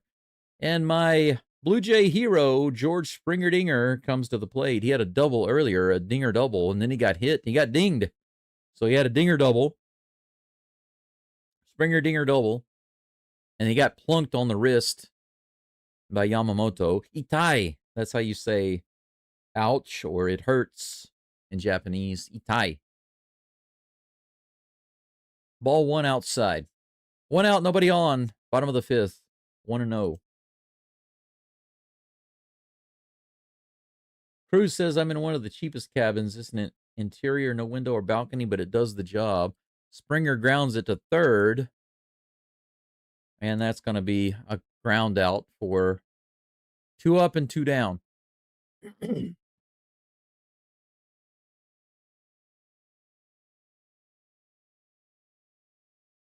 Yamamoto up to 57 pitches. 2 away from Gosman. Come on, Lucas. You can do it. Little outside, 96 miles an hour, ball 1. Man, I don't think that I could stay on a boat, even a huge boat with no window. How much do you feel the movement of the ship for real, Cruz? I mean, really, because I get motion sickness very easily. That's why I don't ride in taxis and I don't ride in passenger seats. I have to drive. I hate buses. Trains are okay. Shinkansen is great. Bouncer right back to Yamamoto. He should have an easy throw to first, and he does, and that's out number 3. Lucas grounds out. Hey, Yamamoto didn't rely on his infield to get that one. He actually grabbed it himself. So he gets through the 5th. Both pitchers have lasted 5 innings. Yamamoto's had a little bit more action on the base pads and a couple more hits than Gosman, but the result is the same. It's 1-1. 4 hits for the Blue Jays, 2 for the Dodgers. We're done with 5 innings of baseball. 5, count them, 5 innings of baseball. We go into the top of the 6th. Gosman will be facing Andy Pages, Shohei Ohtani, Noe Notani, and Mookie Betts. Brendan says, I'm going on a 7-day cruise February 8th to MSC or on MSC Cruise Line for a Super Bowl cruise. Super Bowl cruise. That's interesting. What kind of stuff are they going to do on that cruise, Brendan? They're going to have like a huge screen, huge theater-sized screen for the Super Bowl? That sounds cool. Cruz says, I was on the sports bar on the ship watching game 1. Everyone in there was rooting for the Blue Jays. Had a great time. I don't doubt it.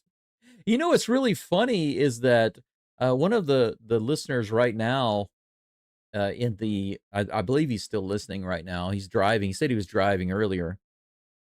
He was at a Buffalo Wild Wings in San Diego for game 1. Now think about this. San Diego, California, and half the crowd was against the Dodgers.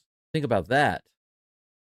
You know, some Blue Jays fans online are trying to say, oh, you guys giving all of the attention to Ohtani and the Dodgers, you're just a bunch of patriotic jerks. You know, you can't admit that the Blue Jays are better because they're Canadian. No. I made a post on a comment yesterday. I told a guy, I said, listen, do not be fooled. Do not be fooled. The bias for the Dodgers has nothing to do with patriotism. The Dodgers are not being pulled for by anybody just because of patriotism. The people pulling for the Dodgers like the Dodgers. Unfortunately, too many misled people like the Dodgers. The people that aren't Dodgers fans, they are showing cancer awareness. I mean, this is something I'm dealing with right now. So a moment of silence, it looks like. Yeah, they're just playing music. Yeah, one of the Blue Jays was holding up a sign that said, I stand up for those fighting. Well, that'd be me. So, yeah, many of them are holding up the sign for those fighting. That's me. That's what I'm dealing with right now. Anyway, back to the nonsense some of the comments yesterday, a lot of the Blue Jays fans are thinking that the disrespect that they're getting from the media and from other people, it's because of patriotic Americans. But they couldn't be further from the truth. If you're not a Dodgers fan, then that means you hate the Dodgers. There's pretty much no middle ground. Um, few people are in the middle ground. Few people are in the middle ground with the Dodgers. You either really like the Dodgers or you really can't stand them. And that Buffalo Wild Wings crowd that was half for the Blue Jays in California, that right there proves it. Americans don't have any problems at all. I don't. And I said, listen, I'm an Astros fan, and I like George Springer. I can't stand the freaking Dodgers. I just want them to lose. I want the Blue Jays to sweep them.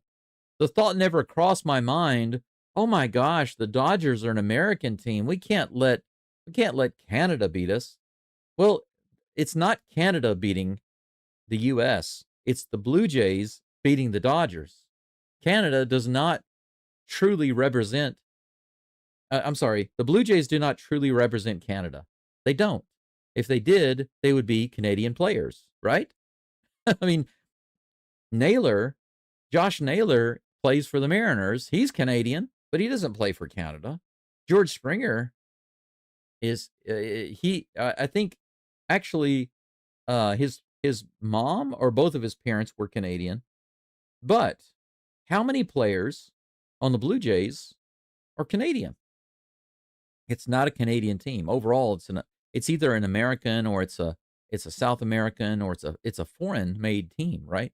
It's a foreign built team. Man, that was a long break they had right there for the cancer thing. Jonas Brothers playing some music.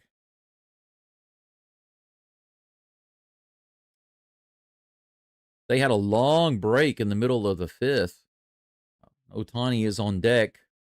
Andy Pajes will be up in a moment. But anyway, yes. Even as an Astros fan, I made the comment to a couple of people yesterday, listen, I'm an American and an Astros fan, and I am 100% behind the Blue Jays for the World Series. So, no, it has nothing to do with patriotism. The thought never crossed my mind. You see this right here? That's Houston, baby. And I cannot root for the Dodgers.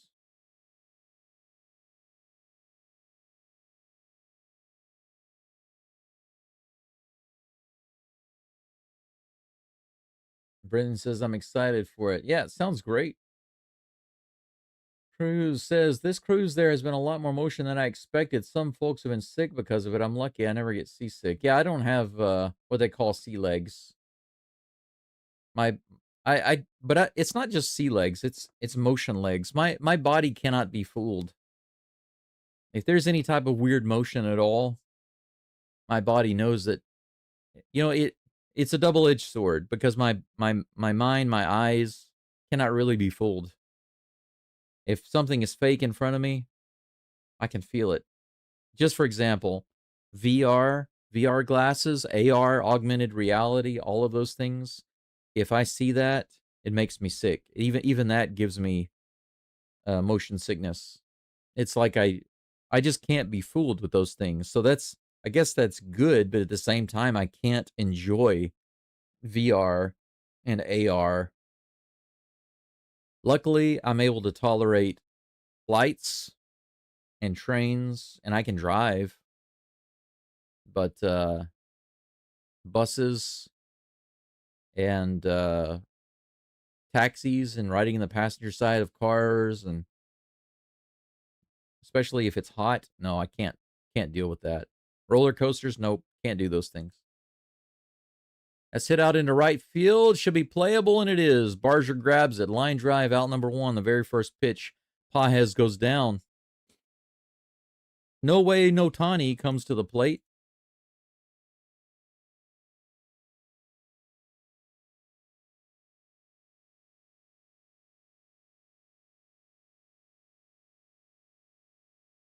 Oh for 2 today with a fly out and a foul out. The crowd boos, of course.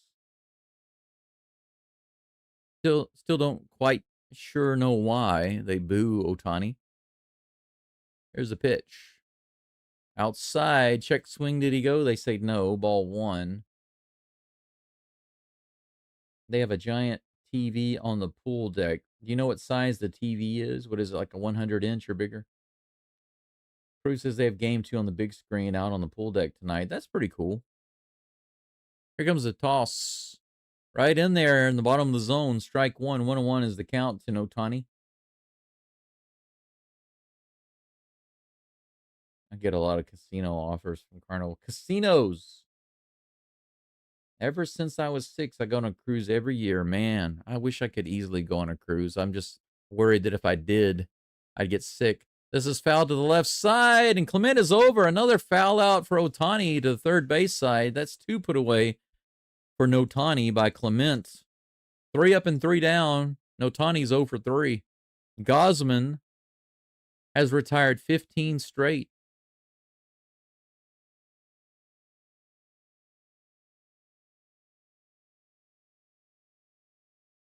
One out away from completing 6 innings here.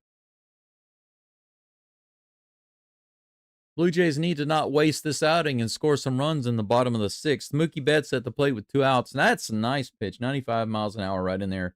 Strike 1. Jay says, went to Texas once. I forget the town, but it was Brazoria County. Used to rent a space at fairs to sell my merchandise, so I did a fair in Brazoria. What kind of merchandise? It sounds a little shady. To sell my merchandise. This is fouled over to the right side. He's got it. Look at that. Guerrero Jr. gets all the way over to the wall. Tries to gauge his surroundings.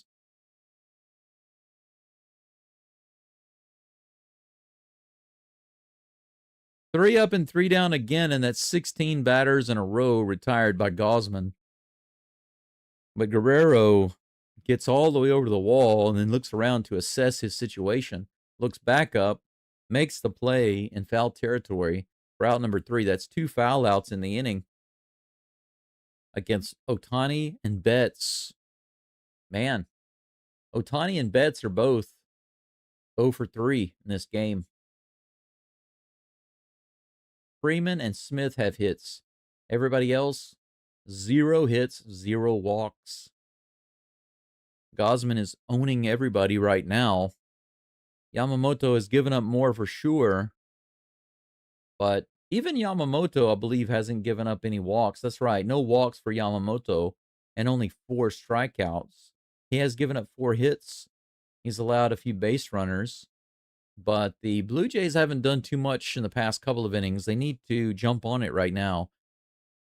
Now is where they need to break it open right in the middle of the game in the bottom of the 6th. Break it open while Gausman is still on fire.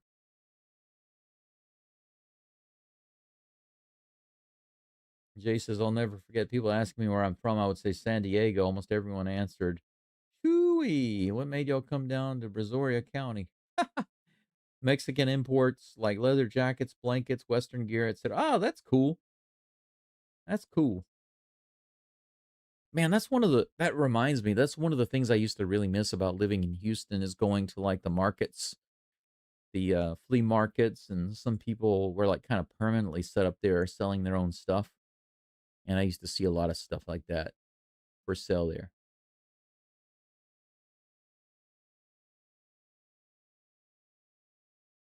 Vladimir Guerrero Jr. will be leading it off for the Blue Jays in the bottom of the 6th. Followed by Alejandro Kirk and Dalton Varsho. Brendan says, I looked up my ship. The TV size, 300 square feet. It's a newer ship.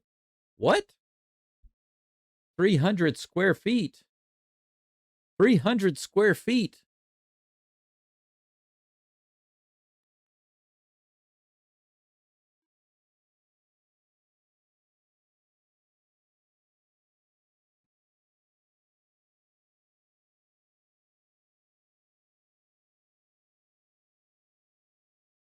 Let's see if I can figure out how much that is diagonally in inches.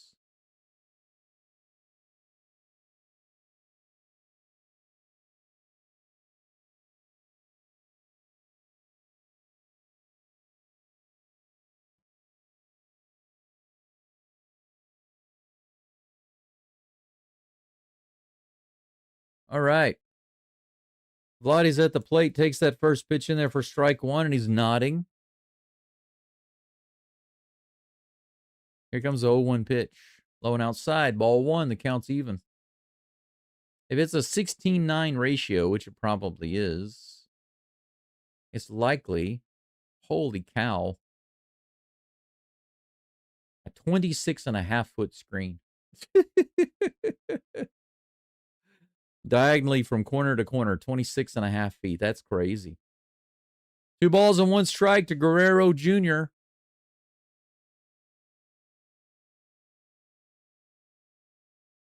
Here's the toss. Right up the middle. Oh. Edman is right there to grab it. Right under the feet of Yamamoto. He's lucky it didn't hit his feet. That could have been an infield hit. Out number 1. You can see right here. Just barely got his feet out of the way. Rocky. Captain Alejandro Kirk comes to the plate. 0 for 1 today. That first pitch is outside. Sacrifice fly. The only RBI in the game for the Blue Jays so far. Swing and a miss, low and outside, 1-1. The count is even. Sydney says, bottom of the 6th, you know they're fearing it. Yeah, I mean, that's the thing. When the Blue Jays actually get a guy on, they start hitting. It becomes like a train. Like I said earlier, it becomes just like a train. Just got that. If you can't keep that one engine out, it bursts through the gates, and then all of the other cars come in right after. That's right in the zone. 90 miles an hour on the slider. 1 ball and 2 strikes. Captain Kirk. Someone in the crowd had a sign that said, I love Kirky. And not right there. I don't love that Kirky. That's a swing and a miss.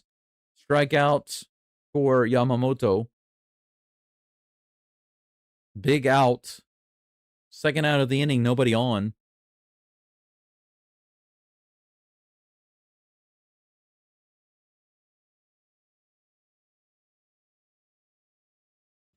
I think I'll grab myself another medicated cough drop. Varsho check swing, but he went around. That's strike 1. 0 for 2 today with a strikeout and a ground out. We need you, buddy. We need you to do something big right here for the Blue Jays. All the fans are sitting down. We can't have them sitting down. You got to get them up. Right now, it is Varsho's job to get the crowd out of their seats. 1 ball, 1 strike. Here's the next toss from Yamamoto. He hits that one out into shallow left field. Betts is able to float back and catch it. Easy out for out number 3. So Yamamoto gets through another inning. Man, I did not expect him to get through 6 innings. I really did not. Now, the Blue Jays started off the first couple of innings, first few innings, really, putting a lot of traffic on and looking like they were definitely going to blow up this game against Yamamoto. But from the 4th inning to the 6th, they haven't done anything. It's a 1-1 game. Complete opposite of game 1 so far, but we're only just now getting into the top of the 7th. We're on commercial break right now. Gausman up to 65 pitches. Let's see how they compare. Yamamoto's at 71 pitches. 48 have been in the zone. Gausman is at 65 pitches. 49 in the zone.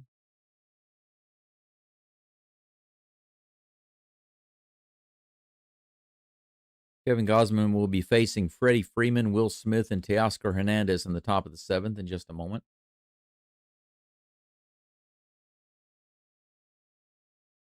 Sydney, I agree. Enough already with the pitcher's duel. Can't stand pitcher's duels. Brendan says, please, no overtime tonight. Need my rest for the Texans game. No overtime. That's right. No overtime. That reminds me, I need to schedule the Texans live stream.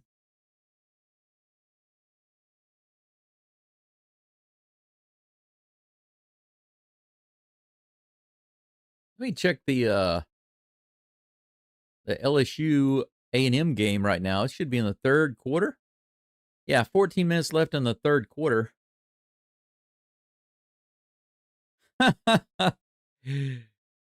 Oh, look at that.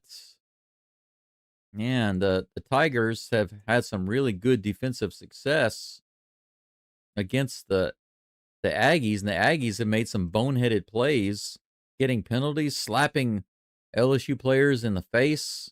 It's 18-14 Tigers right now, but the A&M has the ball on the Tigers' 42-yard line. 1st and 10. So 4-point Tiger lead. Hey, we came back just in time.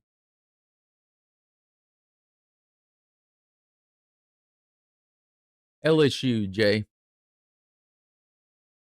Don't care about the Aggies. Here's the pitch. Freeman hits the first pitch high into center field. That's going to be playable for our show. Out number 1. 1 pitch, 1 out. That's 2 fly balls to direct center field for Freeman today. Yamamoto has now retired 11 in a row, but Gosman has retired 17 in a row. So the Blue Jays starter has done basically everything he can do up until this point to give the Blue Jays an opportunity to pull ahead and win this game. The batters need to get with it.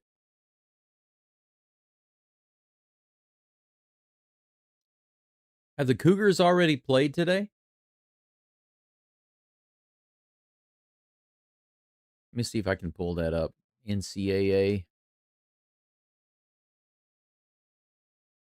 Will Smith at the plate with 1 out, nobody on. Here in the top of the 7th. Here's the pitch from Gosman.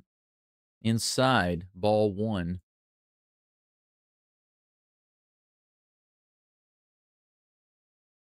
Houston, there it is. Houston 10-0. Okay. Houston's leading Arizona State 10-0 in the 2nd with 10 minutes left. Right in the bottom of the zone, strike 1. 1-1.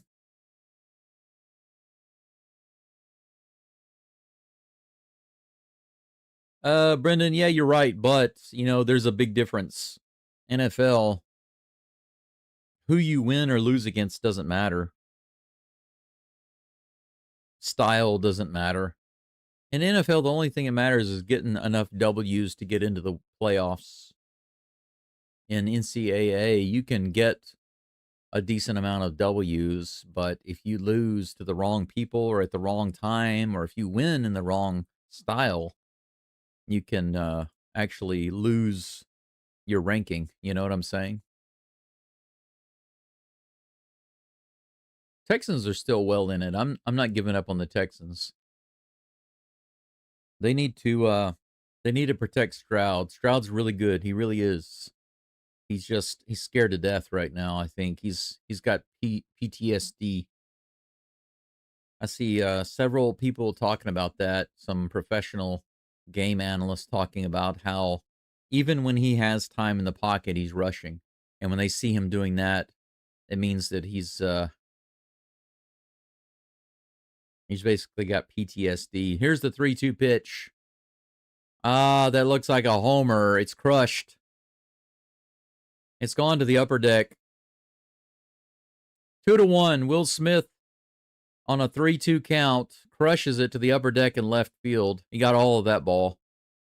That is his first home run the entire postseason. The commentators say it couldn't have come at a better time for LA. Do you think so? With 1 out in the top of the 7th, it's 1-1 and he hits a solo homer. Do you really think it could not have come at a better time? Sometimes these commentators just don't have anything better to say. You could say that it's a much needed go ahead run, but it is not. But it could not have. But it definitely could have been better time. Definitely. Teoscar Hernandez is at the plate now. Strike one. One out, nobody on. 3 hits now for the Dodgers. They're up 2-1. So now the Blue Jays really have to get it in gear. Here's the toss. Low and outside in the dirt. 1-1. Jay says, don't care much for college football, but I used to have a job where we repaired the Coke machines at the Rose Bowl. So got to go to the Bruins games for free. That's interesting. Here comes a 1-1 pitch. Check swing. Fouls it off. Yeah, there's that pitch. It didn't, it went high and inside. Was completely flat. Didn't drop at all. Didn't curve. No wonder he crushed it. It was a batting practice pitch. All he had to do was swing. 1 ball, 2 strikes to Hernandez. Here's the toss. Check swing, low and outside. 2-2. Got about 16 people watching. That's actually not bad for this channel. Some of you guys and gals are finding me. I just realized I got over 500 subscribers on this channel. I'm probably going to have a couple of other people unsubscribe, though, because they're not interested in the play-by-play stuff. In the dirt, check swing, tags him out. Strikeout for Gosman. 2 down. Teoscar goes down on splitter. That one actually dropped like it was supposed to onto the plate. That home run ball did not drop at all. Max Muncy comes to the plate. Jay, was it you that said yesterday, Max Muncy, that funky monkey?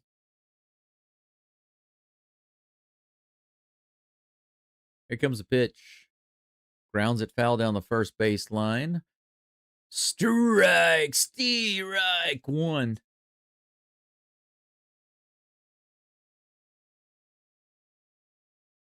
Hey, Cruz, I see that you subscribed to my Winterborn channel.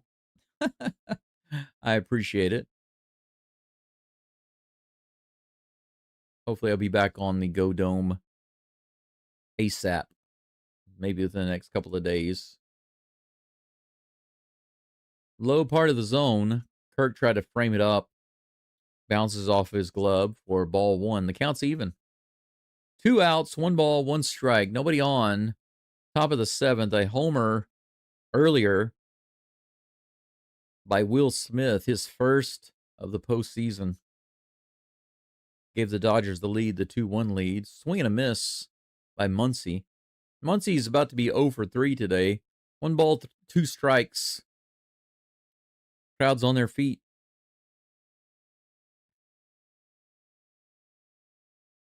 2-2-2. It looks like it's going to be. Ball incoming. Outside. 2 balls, 2 strikes, 2 outs. Jay says, yep, Max Muncy. That funky Muncy. I wonder if he could say that funcy Muncy.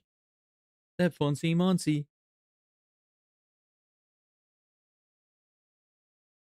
That homer was the first hit in like 18 batters. This is hit high into left field, all the way back to the wall. It could be gone. Are you kidding me? Are you kidding me? Muncy with an opposite field home run into the bullpen in left field. Opposite field home run. 3-1 Dodgers. Max Muncy's second home run in the postseason. The guy with the dad bod right across his belt. Once again, a mistake by Gosman. There's no way that Gosman meant to throw a flat pitch right over the middle of the plate. That's 2 flat pitches hit out of the park this inning. And Gosman is going to be out. They're going to take him out. He's not going to finish the 7th. They're not going to let him pitch to Tommy Edman. He's coming out of the game. Wow. So Gosman is the first to break. Both he and Yamamoto bent a little bit. Gosman bent in the first inning. Yamamoto bent in the third. In the top of the seventh, Gosman broke, gave up 2 solo homers. It's 3-1 Dodgers. We're going to have another pitcher in just a moment. It looks like it's going to be Louis Varland. Louis Varland. He'll be facing Kiki Hernandez.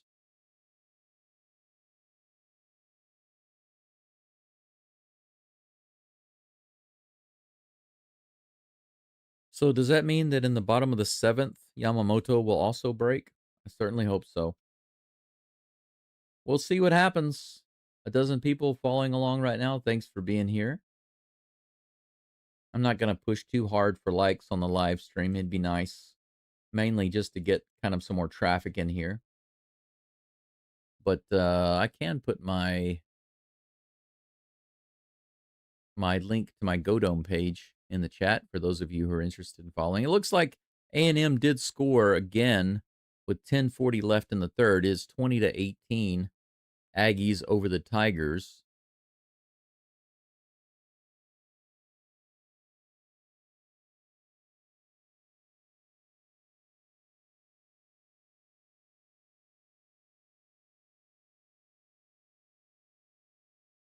Let's see here.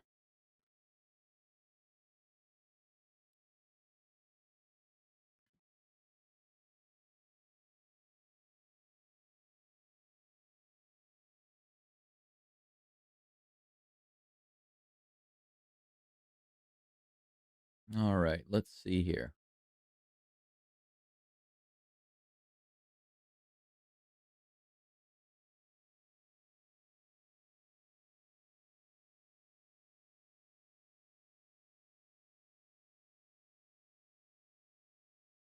Kiki Hernandez hits the very first pitch out to right field. Barger's underneath it and puts it away for out number 3. So 1 pitch, 1 out for Varland, and that's all they need to finish the inning.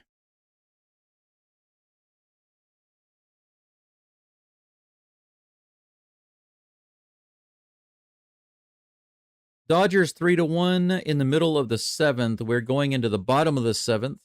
4 hits now for each team, but 3 runs on the board for the draft Dodgers. 1 for the Blue Jays. It's time for them to answer. Ernie Clement, Addison Barger, Isaiah Kiner-Falefa, due up next. I'd like to see them get through this bottom of the lineup and get into the top of the lineup. I want to see some heavy runs scored this inning. I want to see 5-3 Blue Jays before we get to the 8th inning. Goggum? You mean Gig'em?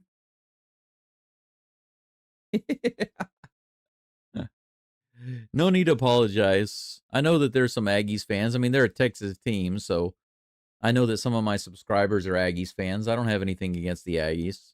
I mean, if they're not playing the Tigers, I don't care what they do. They can win all their games, but when they play the Tigers, got to go for the Tigers.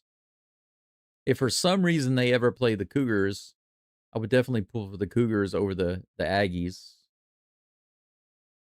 Now, if the Aggies play like the Crimson Tide, Alabama, then I would definitely pull for the Aggies because I can't stand Alabama, obviously.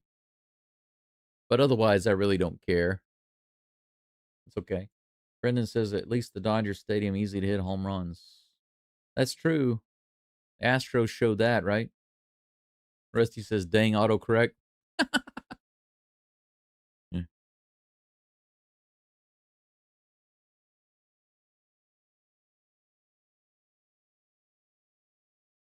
I can't stand the autocorrect.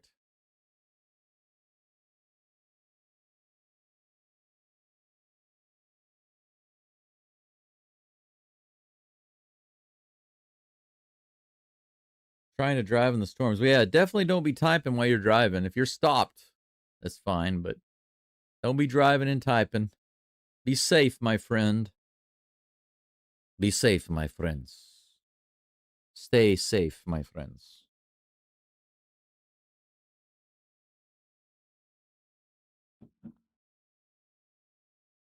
Waiting on this commercial to end so we can see what Yoshinobu Yamamoto has in store for Ernie Clement. 1 for 2 today with a .438 batting average in the postseason.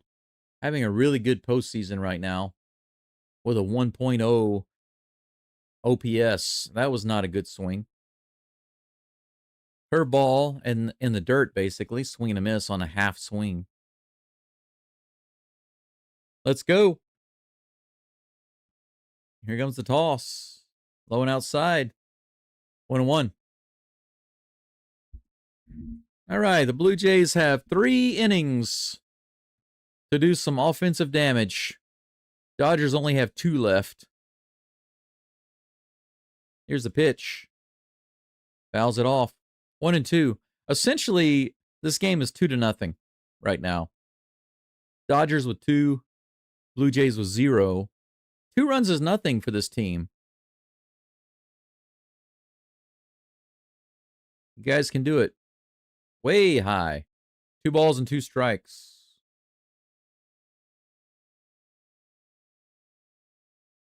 Rusty, are you going to pull over and get out of the car and yell at this guy, I am the storm? Here's a 2-2 pitch. Line drive, ground ball to the left side. He makes the long throw over to first base for out number 1.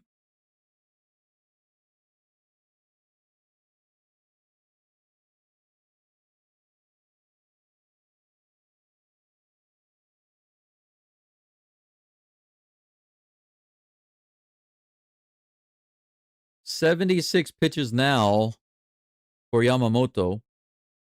Barger at the plate. Let's crush that ball.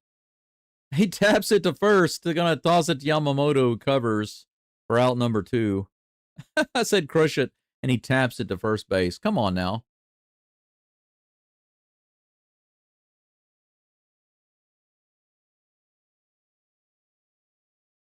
Look at this. Bo Bichette's in the game. So Isaiah Kiner-Falefa is out of the game. Bo Bichette comes in. How nice would it be for him to start a 2-out rally for the Blue Jays here in the bottom of the 7th? That would be just groovy, would it not? Big meeting on the mound. They've got the interpreter out there.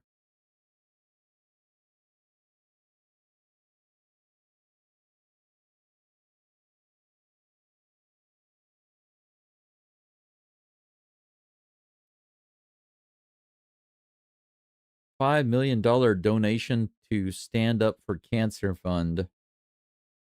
If they're really standing up to cancer, then why aren't we exploring the natural treatments? Why are they always funding big pharma? You know what I'm saying? Boba Fett comes to the plate with 2 outs, nobody on. Bottom of the 7th, facing Yamamoto.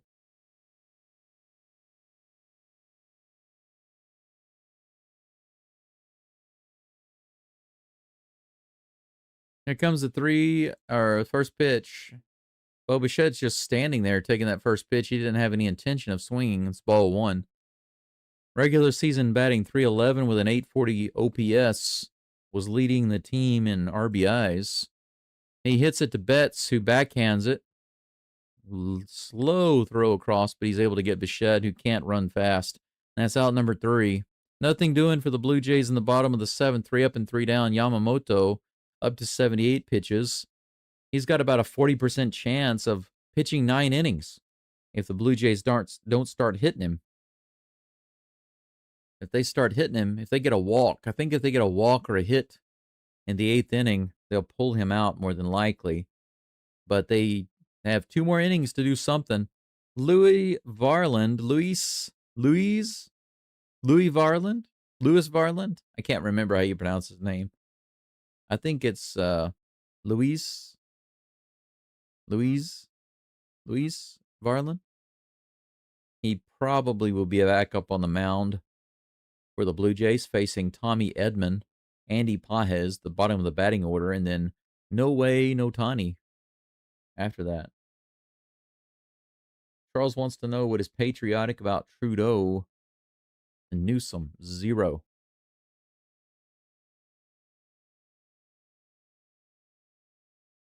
Well, that's true. That's Trudeau. Those guys are more communist than American or Canadian. I'll tell you that. They're definitely not about freedom. They're about control and communism. Freaking Trudeau, man, he is a big communist supporter. He loves himself some communist policies, doesn't he? He never ceases to amaze me, but the kind of China supporting communist stuff that he does and says. Newsom, well, he's a completely different animal altogether.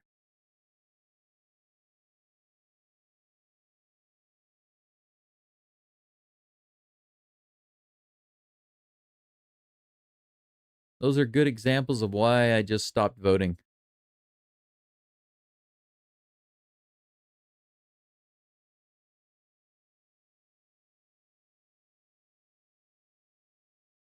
Three to 1 Dodgers at the end of 7. We've got 2 innings of ball left to play. The Blue Jays need to come back and take this second game at home to continue the plan. My plan for them to sweep the Dodgers. But this is a perfect scenario, actually. Make the Dodgers fans think that they've got a chance. But you know, right now, if I'm an Astros fan I'm an Astros fan, but if I'm watching the Astros play right now, and it's in the top of the 8th, the Astros are winning by 2 runs, I'm very concerned. Because they only had 3 runs the whole game, and 2 of those came from solo homers late in the game off the starting pitcher. Very first pitch from Varland is hit into the left field by Edman, and he flies out. Varland literally has thrown 2 pitches and gotten 2 outs. So I would be very worried with just a 2-run lead. I would want them to score more. That's because a 2-run lead is nothing. So you know that the Dodgers fans are worried right now. 87 right in there. Strike 1. Andy Pajes at the plate, 0 for 2 today with a ground out and a line out. Here comes the 0-1. Woo! 99 miles an hour inside the outside edge. Called a ball. Just not a good frame by Kirk. I think he was expecting a ball inside. That's a slow roller up the middle, and Pajes actually has a hit with Ohtani coming up. The coldest guy on the Dodgers roster gets a little roller up the middle. 1 out, single. And no way, no Ohtani comes to the plate. 0 for 3 today. Make it 0 for 4. How about a ground out? That would be perfect. Sydney says, what I said in the ALCS, Jekyll and Hyde Jays, dominant and cold. Yeah, it's crazy because, the whole team is generally so good, throughout the whole lineup. Everybody has the ability to hit the ball and get homers. First pitch is fouled off. Pardon me. First pitch is fouled off by Ohtani. Yesterday, I went to the local cafe to have the cheap all-day breakfast. Relax a little bit. I went to the public bath, and there was a baseball team there. Ohtani breaks his bat, and he hits it into right field for a single. Pajes goes back to second base. They almost throw him out. Jimenez wants him to check it. He thinks the tag was close.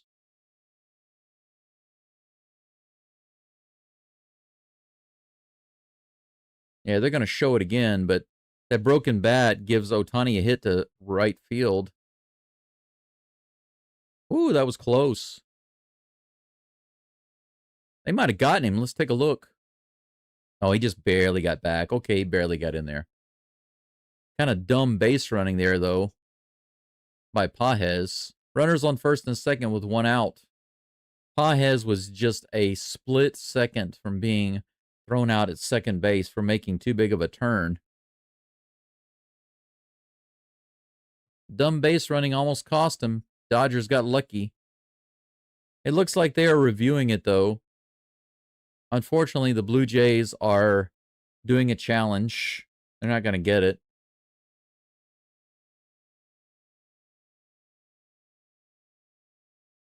Yeah, Brendan, do you know what an onsen is? Like a hot spring, Japanese style hot spring? They've got a couple of different types of public baths. One is the natural onsen or hot spring where you can, you know, you go out into the natural water and it can be indoor or outdoor and you just soak in the hot water in the hot bath. Sometimes it's naturally heated by the environment, by like the volcanic areas of Japan. Sometimes they have to heat it up themselves. But also they have public baths. They're similar. And they have a variety of public baths. Sometimes they're just baths. You know, you go in there and you wash yourself up real good. You brush your teeth. You can shave and relax. And then you just sit in the hot water and relax. So you don't actually sit in the bathtub and wash yourself. That's not the way it works in Japan. You sit down on a stool and you have like a shower cord, you know, a hose with a shower on it and a faucet with a bucket of water. Here's the next pitch from Varlin, 1-0. That's in there for strike one on the knuckle curve. 1-1 is the count to Betts. Runners on first and second with one out. They need the double play ball, something terrible. But anyway, the point is that before you get in the hot bath to soak, you have to wash yourself from head to toe. You wash your hair, you wash your head, you wash your whole body really well, and soap it up, scrub really well, clean up, and then rinse yourself off, get all that soap off, and then you can get in the hot bath to soak. Getting in the bath is not for bathing, or like for washing, it's for soaking and relaxing. But some onsens or hot baths have like a mineral bath with minerals. Sometimes it's natural, sometimes it's added. Fouls it off. 98 miles an hour. 2 balls and 2 strikes to Betts.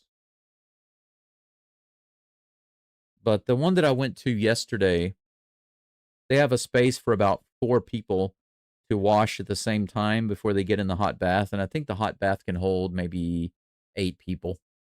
Oh, 87 on that outside edge. Called a ball. Could have been a strike 3. Full count with 2 runners on. Freddie Freeman on deck. He's flown out a couple of times today. Betts 0 for 3, about to be 0 for 4, baby. Here's the toss. Oh, way outside. Terrible pitch by Varlin. Bases are juiced. Biggest moment of the game for the Blue Jays right here, and that's going to be it. They're not going to let Varlin pitch to Freddie Freeman. They're going to pull him out with bases loaded and 1 out. Freddie Freeman's going to come to the plate. Now he's going to look at the old tablet for Jeff Hoffman, who's going to be up for the Blue Jays in just a moment. So they're on break as the pitcher warms up. Yep, Varlin lets us down. Gosman lets us down in the 7th. So far, Varlin has let us down in the 8th. Can Jeff Hasselhoffman come in and shut it down and keep the Blue Jays within striking distance? We will see. We will see. Yeah, there have been several missed calls, Sydney. Several missed calls. That should have been a strikeout, actually. One of those pitches was on that outside edge. It was clearly a strike. He called it a ball. A couple of pitches this inning could have been strikes. I think that the Blue Jays could have been out of this inning already. But it didn't work out that way, did it? But anyway, it just so happens that yesterday, after I ate lunch and I relaxed for a while, I took my vitamins. I picked up some more cough medicine. some throat lozenges. Speaking of which, I want another one right now. And after that, I went to the bathhouse. And when I got there, as soon as I came in the front door, there were tons and tons of shoes. You know, you take off your shoes when you go into these buildings, you know. So there were tons and tons of shoes, like cleats, baseball cleats at the front door, and I immediately knew what was going on. They had a baseball team there. The lady said she looked surprised to see me. I've been there a few times before, and she kind of looked around like she felt a little lost. And I said, "Konban bathtub wa arimasu ka?" So basically, is there bathtub tonight, or bathtub available? Is the bath available? Because there's only one. She said, "It's very busy. There are a lot of people." And I said, "Yaku no timu desu ne?" You know, basically it means baseball team, right? And she said, so, which is yes, that's right. But she checked, and she said, if you don't mind bathing with the team as they go in and out, is that okay? Then you can go. That's a wild pitch. Paez is going to score. Look at that. On a 1-0 pitch.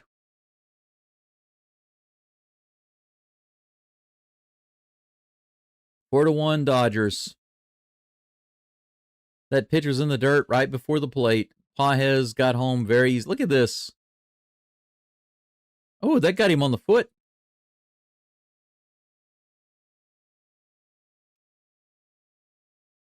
You know, I don't know why. Why didn't they let him? Why didn't they go to first base? Bases could still be loaded. Freeman must have known that hit him on the foot, but he didn't argue for it. It literally hit him on the foot.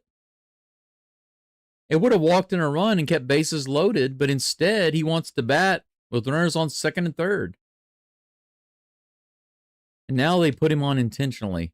Are you kidding me? So Hoffman is going to have bases loaded again with 1 out after an intentional walk to Freddie Freeman after he was hit by a wild pitch that scored a run. Will Smith at the plate. Here is the first pitch. Slider, 89 miles an hour, right in there, strike 1. What in the world are the Blue Jays thinking right now?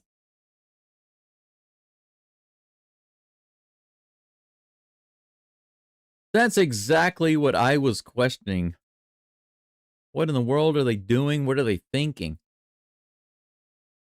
You know, these are the coach's calls. What is the coach thinking? Career with bases loaded. Will Smith is batting .329. 1 ball, 1 strike, 1 out. Bases juiced. That's a bounce ball. Could be a double play. Jimenez over to second to first base. They don't get him. He's safe. That's going to score another run. Ohtani scores easily. 2 outs. That transfer was just too slow from Jimenez to second base. It's 5 to 1. This game is now basically out of hand. They got 4 runs to make up. Too slow for Jimenez. You got to go faster than that. Teoscar Hernandez at the plate with runners on the corners and 2 outs. That's a strike.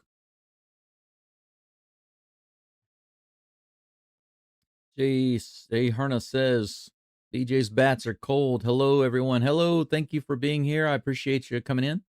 Thanks for supporting my alternate channel while my other channel awaits the reintegration of the live stream. 0-2 to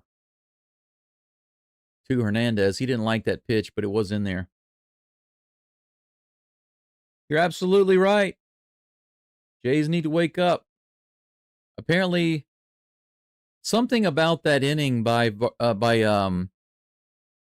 Gausman, Kevin Gausman, when he gave up those 2 runs in the 7th. After that, it's like the the coaches and the pitching staff had a brain fart, starting with Varland and then moving to the coach. That's a swing and a miss, strike three, out number 3.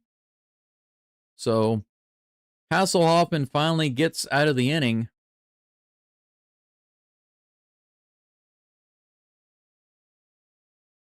Will the Blue Jays break through against Yamamoto in the bottom of the 8th? They've allowed 2 runs in the 7th, 2 runs in the 8th, and now they find themselves down 5-1. 6 hits for the draft Dodgers, 4 for the Blue Jays.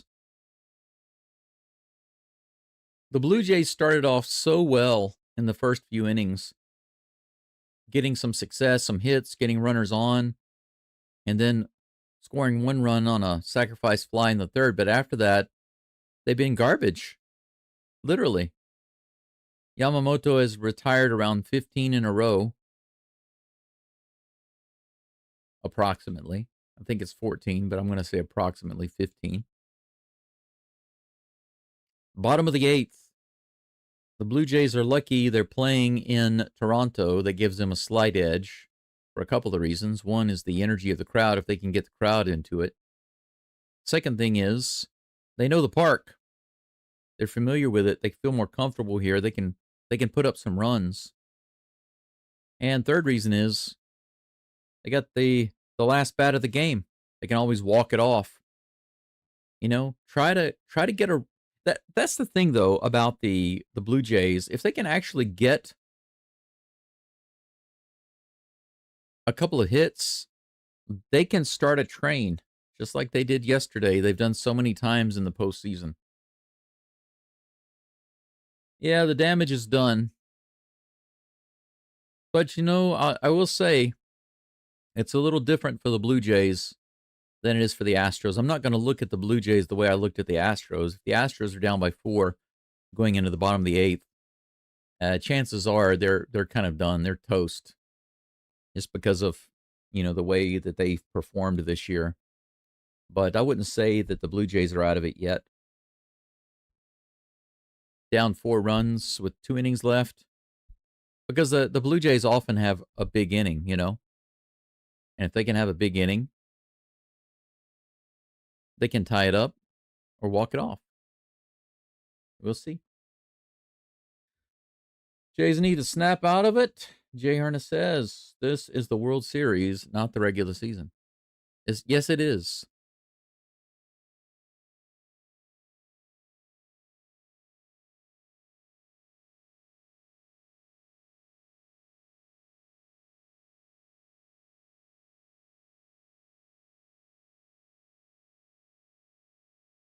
As it stands right now, we come back to the game with Andre Jimenez at the plate. First pitch, 91 miles an hour, right in there. Yamamoto still on the mound. That's pitch number 80.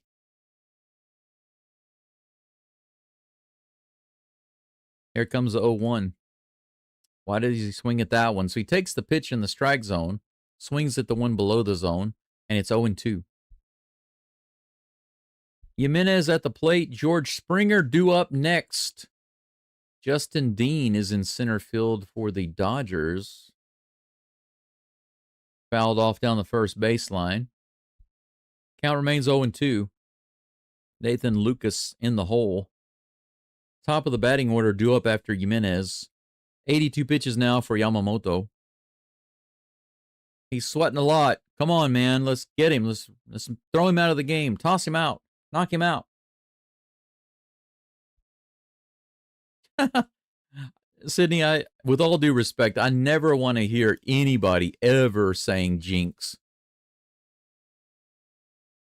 For the rest of my life, if I never hear the word jinx again, it'll be too soon. And I'm being completely serious. I'm so tired of hearing that.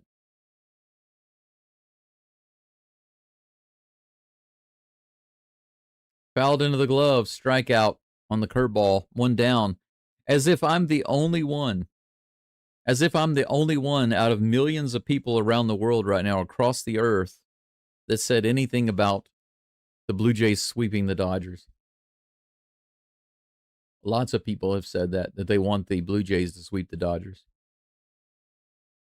Hopefully they get on base and Springer makes something happen. Well, never mind. Well, Springer's up now.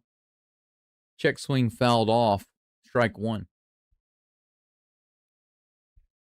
Yeah, I hear, because I'm doing the live streams, I constantly hear people say that you jinxed it, you jinxed it, you jinxed it, and it gets annoying. I'm not saying that you're being annoying, but I'm just tired of hearing it.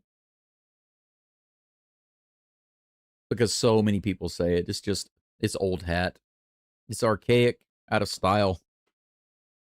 It's been around ever since I was a kid, maybe before that. So you're talking about what, maybe more than 50 years this has been around? The idea of a jinx. Springer almost got hit again right there. Almost got him on the belt. Yamamoto, that would have been the second time he hit him this game. That was close. 1 ball and 2 strikes. 1 out, nobody on. Here's the 1-2 pitch. 96 up and in, swing and a miss. Springer goes after it. Could have left it for ball 2. Yoshinobu's starting to think that he's going to go through the 9th inning.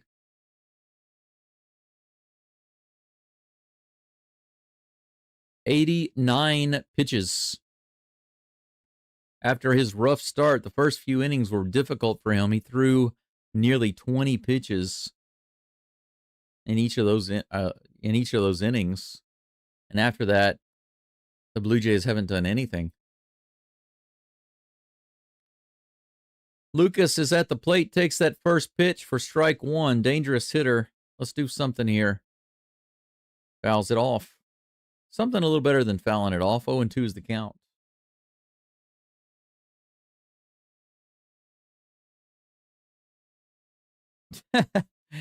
Jaron says, I hope they sweep LA. Don't believe in jinx stuff. I believe the team can do that. Yeah, of course they can. Low and outside.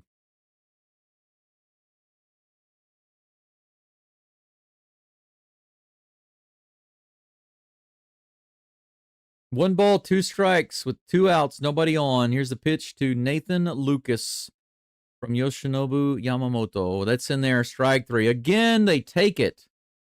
They take it for strike 3. You're standing there in the 8th inning. You're down by 4 runs. You have 2 strikes, and you take it right down the middle. Don't even try to swing. Didn't even try to get the bat around. You can't do that. We've got 1 inning left of ball. Braden Fisher is going to be the new pitcher for the Blue Jays. I am not so sure I feel good about that. If Braden Fisher can get through the Dodgers' bottom of the lineup, basically, you got Max Muncy, who has a homer today, Enrique Hernandez and Tommy Edman due up. But it looks like, let's see. Yeah, there hasn't been a pinch hitting change so far. So if there is a pinch hitter, I'll update that. But as it stands right now, Max Muncy is due up.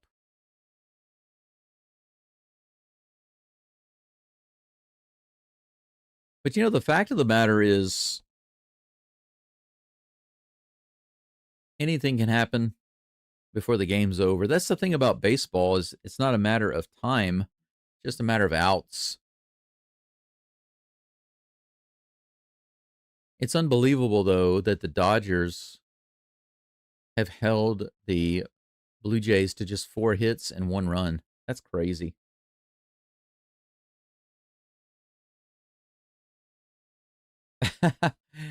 Can't hang in there, Sydney. I'm sorry about that. It sounds like too many Astros games this year. So many people following the game have said the same exact thing. I'm done. If it happens, I'll watch it later. I've seen that too many times this year with Houston games. Arigato. Dou itashimashite. Ja ne. Kyotsukete ne. Just means later. take care, right? The go must go on. Yep. I'm hoping that the day after tomorrow, I'll be able to do the live stream on my GoDome channel. I believe that the 1 week suspension for live stream will be up. So we will see. But regardless, here or there, I'll be back. But you guys will see it posted. You'll either see it posted in the community post on my GoDome channel, or you will see it posted as a live stream on my GoDome channel. Either way, I'll be here in a couple of days. So, hope to see you then. Ernest says, love to see a rally comeback. Springer walking it off. Yeah, if Springer walks it off, they would have to have a, they'd have to basically tie it up in the 9th and then go into extra innings for Springer to get back to the plate, I think, for him to walk it off. 2 balls and no strikes to Muncy.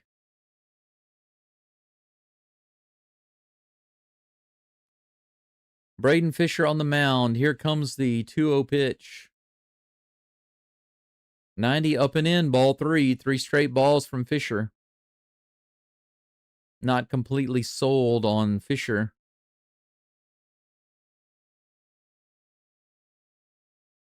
He's not giving me confidence right now. Way outside and high for ball 4. A 4-pitch walk here in the 9th. That's not the way you want to start it off to Muncy. Enrique Hernandez comes to the plate.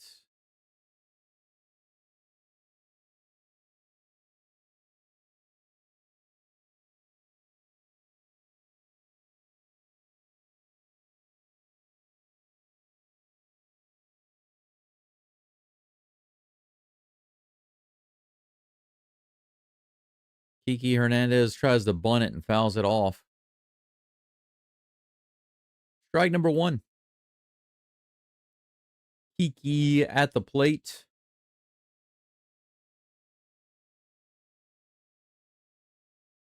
Pop out, strikeouts. 0 for 3 today.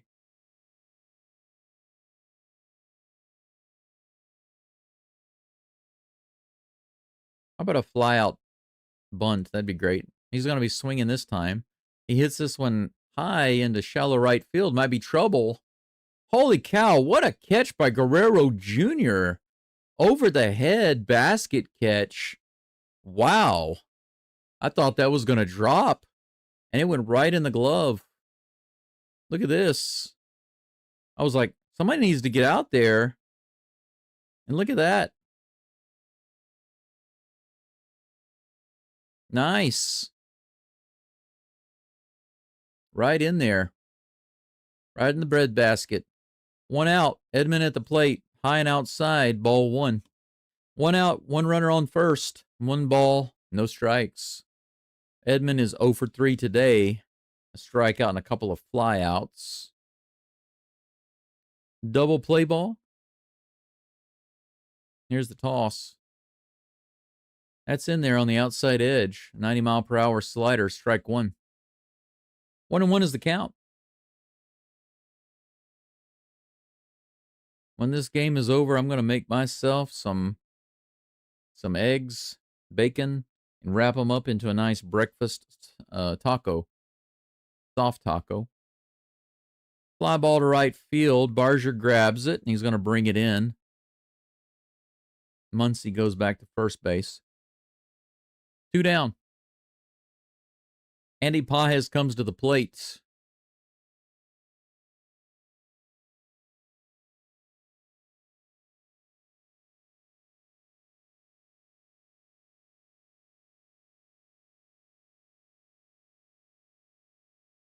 Pajes is 1 for 3 today with a little squibbler up the middle. Here's the first toss. High. 97 miles an hour, ball 1. Braden Fisher looks like his control is much better than it was against the leadoff batter. But he needs to bring that fastball down just a tad. Ooh, 89. Just above the zone. Up and in, ball 2. Very, very close, but doesn't get him to swing. 2-0 is the count. Come on, Mr. Fisher. Win me over. What can you catch here?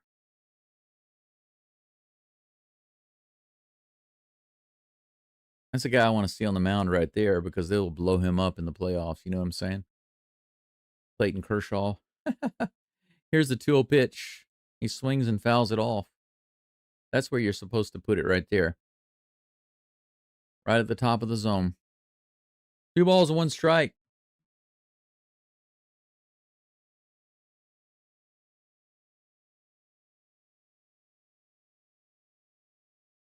Here comes the 2-1. Right in there. 90 miles an hour on the slider. Good toss. 2-2. 1 strike away from ending the 9th and giving the batters one more opportunity to come back in this game. Here comes the 2-2 pitch from Fisher to Pages. He hits this one high in the air out to center field, but should be playable. The crowd went quiet, but it was easily in the park. Out number 3, no harm done. Yoshinobu Yamamoto comes to the mound in just a moment, comes back to the mound to try to have a complete game. He's up to 93 pitches. What do the Blue Jays have to say about that? They've been able to see this guy the entire game, right? Every single one of these batters, the Blue Jays, with 2 guys with OPS over 1, 1 guy with an OPS of 1.3, 2 more guys with an OPS over 900, 1, 2, 3 guys, 3 more guys with an OPS over 800. They've only got 1 guy with an OPS that's really low. Blefa's is 0.480. Everybody else is basically, okay, you've got 1 guy at 700, another at 760, and then 822, 833, 861, and then 932, 953, then 1.0 and 1.36. This entire team has 4 hits total. Springer, Lucas, and Guerrero Jr. have 3 of the 4 hits. Clement has a double. All of these hits were really early in the game, basically, within the first 3 innings. Since then, 1, 2, 3, 4, 5 innings of nothing. Nothing burger. Nothing Toronto burger. But now it's the bottom of the 5th. I want to see that Toronto train in the bottom of the 5th. Remember what happened to, I think it wasn't it Yamamoto before that had an almost perfect game earlier this season? And not only did he lose the no-hitter in the 9th inning, but they also got beat. They also lost the game. Wasn't that Yamamoto? How about the same thing happens here? This is an even higher leverage situation than that game. I think that they can blow him up right here. Vladimir Guerrero Jr. is at the plate. The lineup that I said earlier was not correct. They showed me the wrong batters on the screen. Vladimir Guerrero Jr. will be leading it off for the Blue Jays. Are they going to walk him? It looks like they're going to let him bat. Guerrero draws his strategy on the ground. Captain Kirk on deck. Dalton Varsho in the hole. Bottom of the 9th, guys. This is where it all comes down for game 2. Here's the first pitch to Guerrero. Strike? Are you kidding me? Curve low and outside, a little below the zone. Called a strike. 0-1 is the count.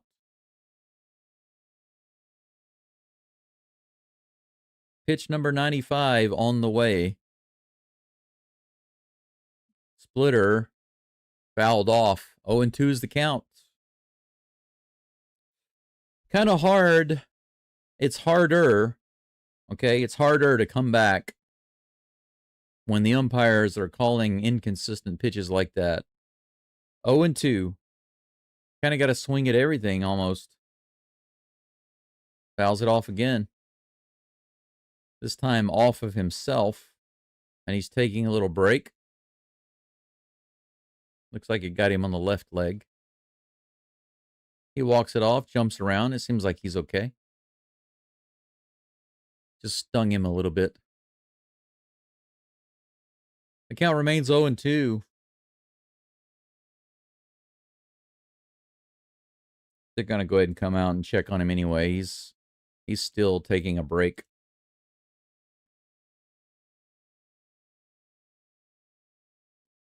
Coach comes out too to join the party. It's now threesome.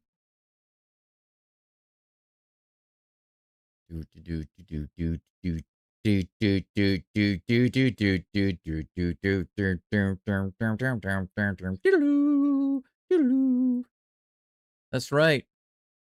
Mission possible? Maybe. 5-1. 4 runs. Starting with Guerrero. 0-2 is the count. Here's the toss from Yamamoto-san. Ooh. Low and inside. That was a big drop on that curveball. Didn't get the call. 1-2. Kind of surprised the umpire didn't call that one. Here comes a 1-2 pitch. High. Way high. 96 miles an hour. Probably about 5 or 6 inches above the zone. The count's even 2-2. They got a guy warming up. That's Sasaki. Off the end of the bat, the right field side. Freeman is going to be able to take it himself, and Guerrero is out. So that'll be it for Guerrero today. He's 1 for 4. Unless it goes to extra innings, that's going to be his last at bat.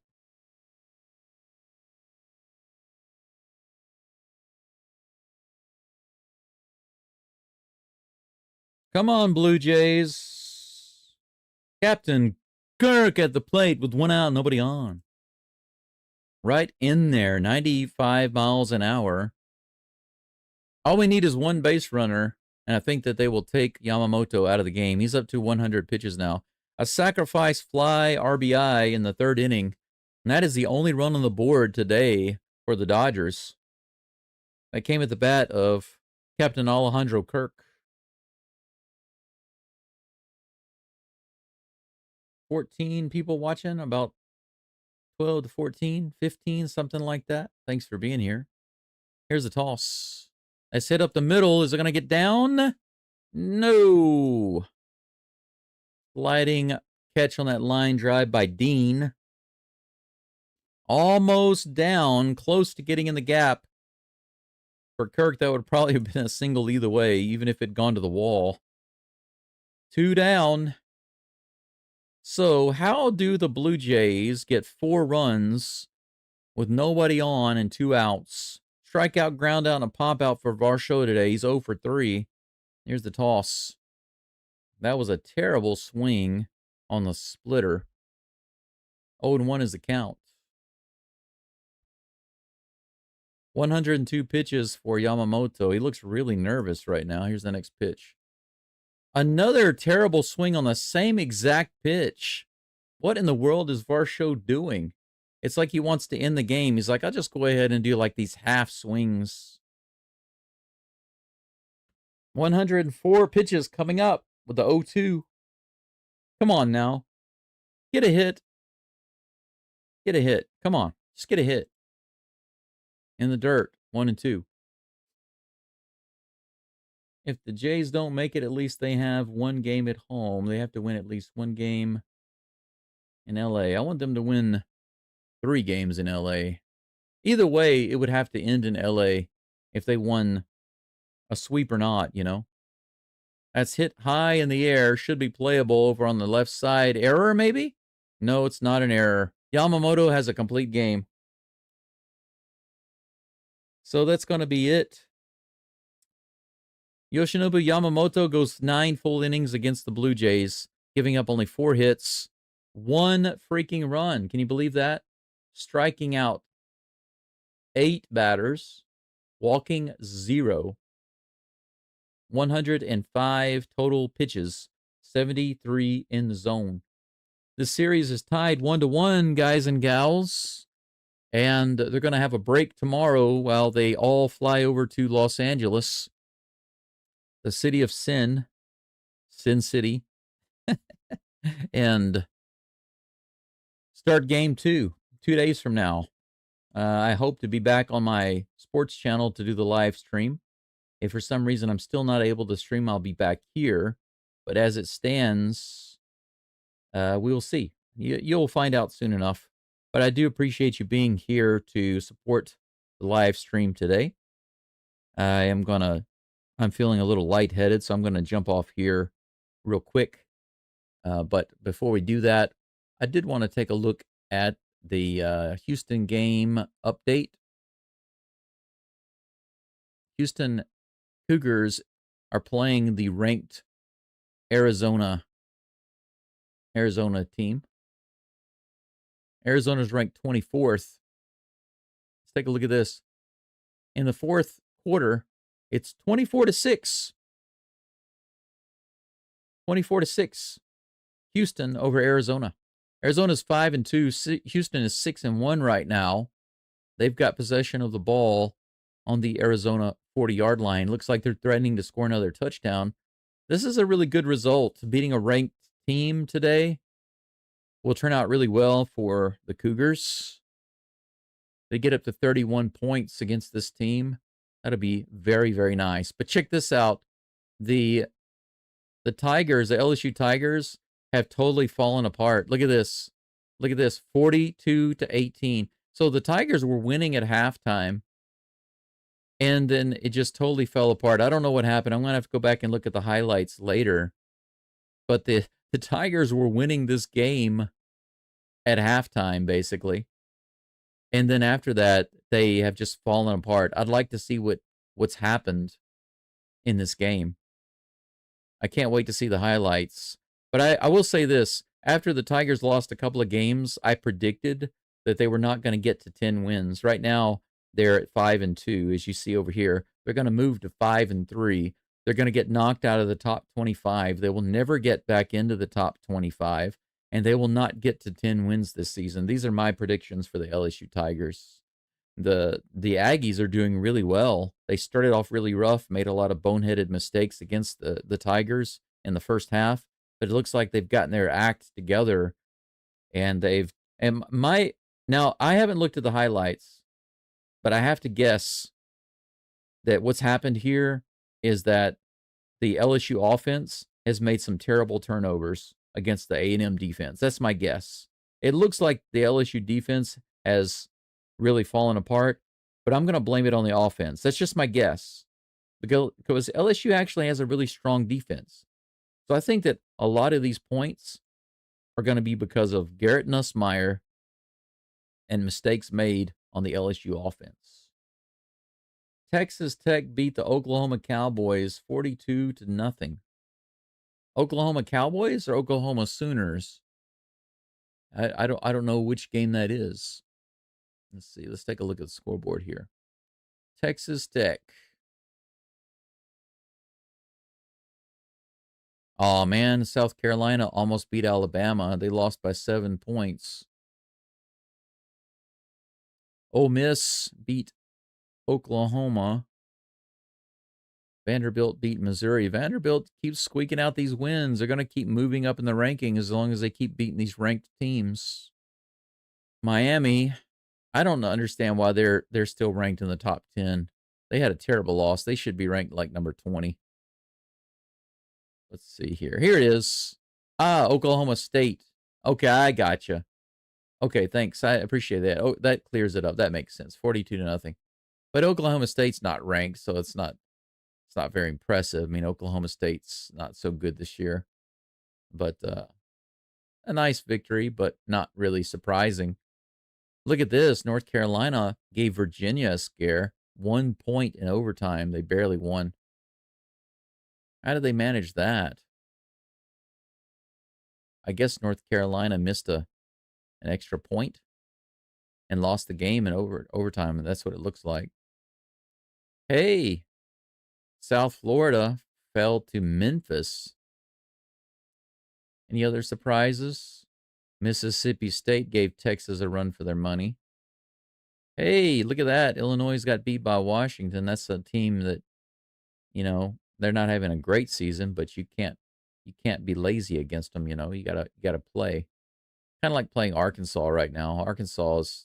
They don't have a good team, but you can't lay down. You gotta play serious ball, you know. Let's see here. Louisville, close game with Boston College.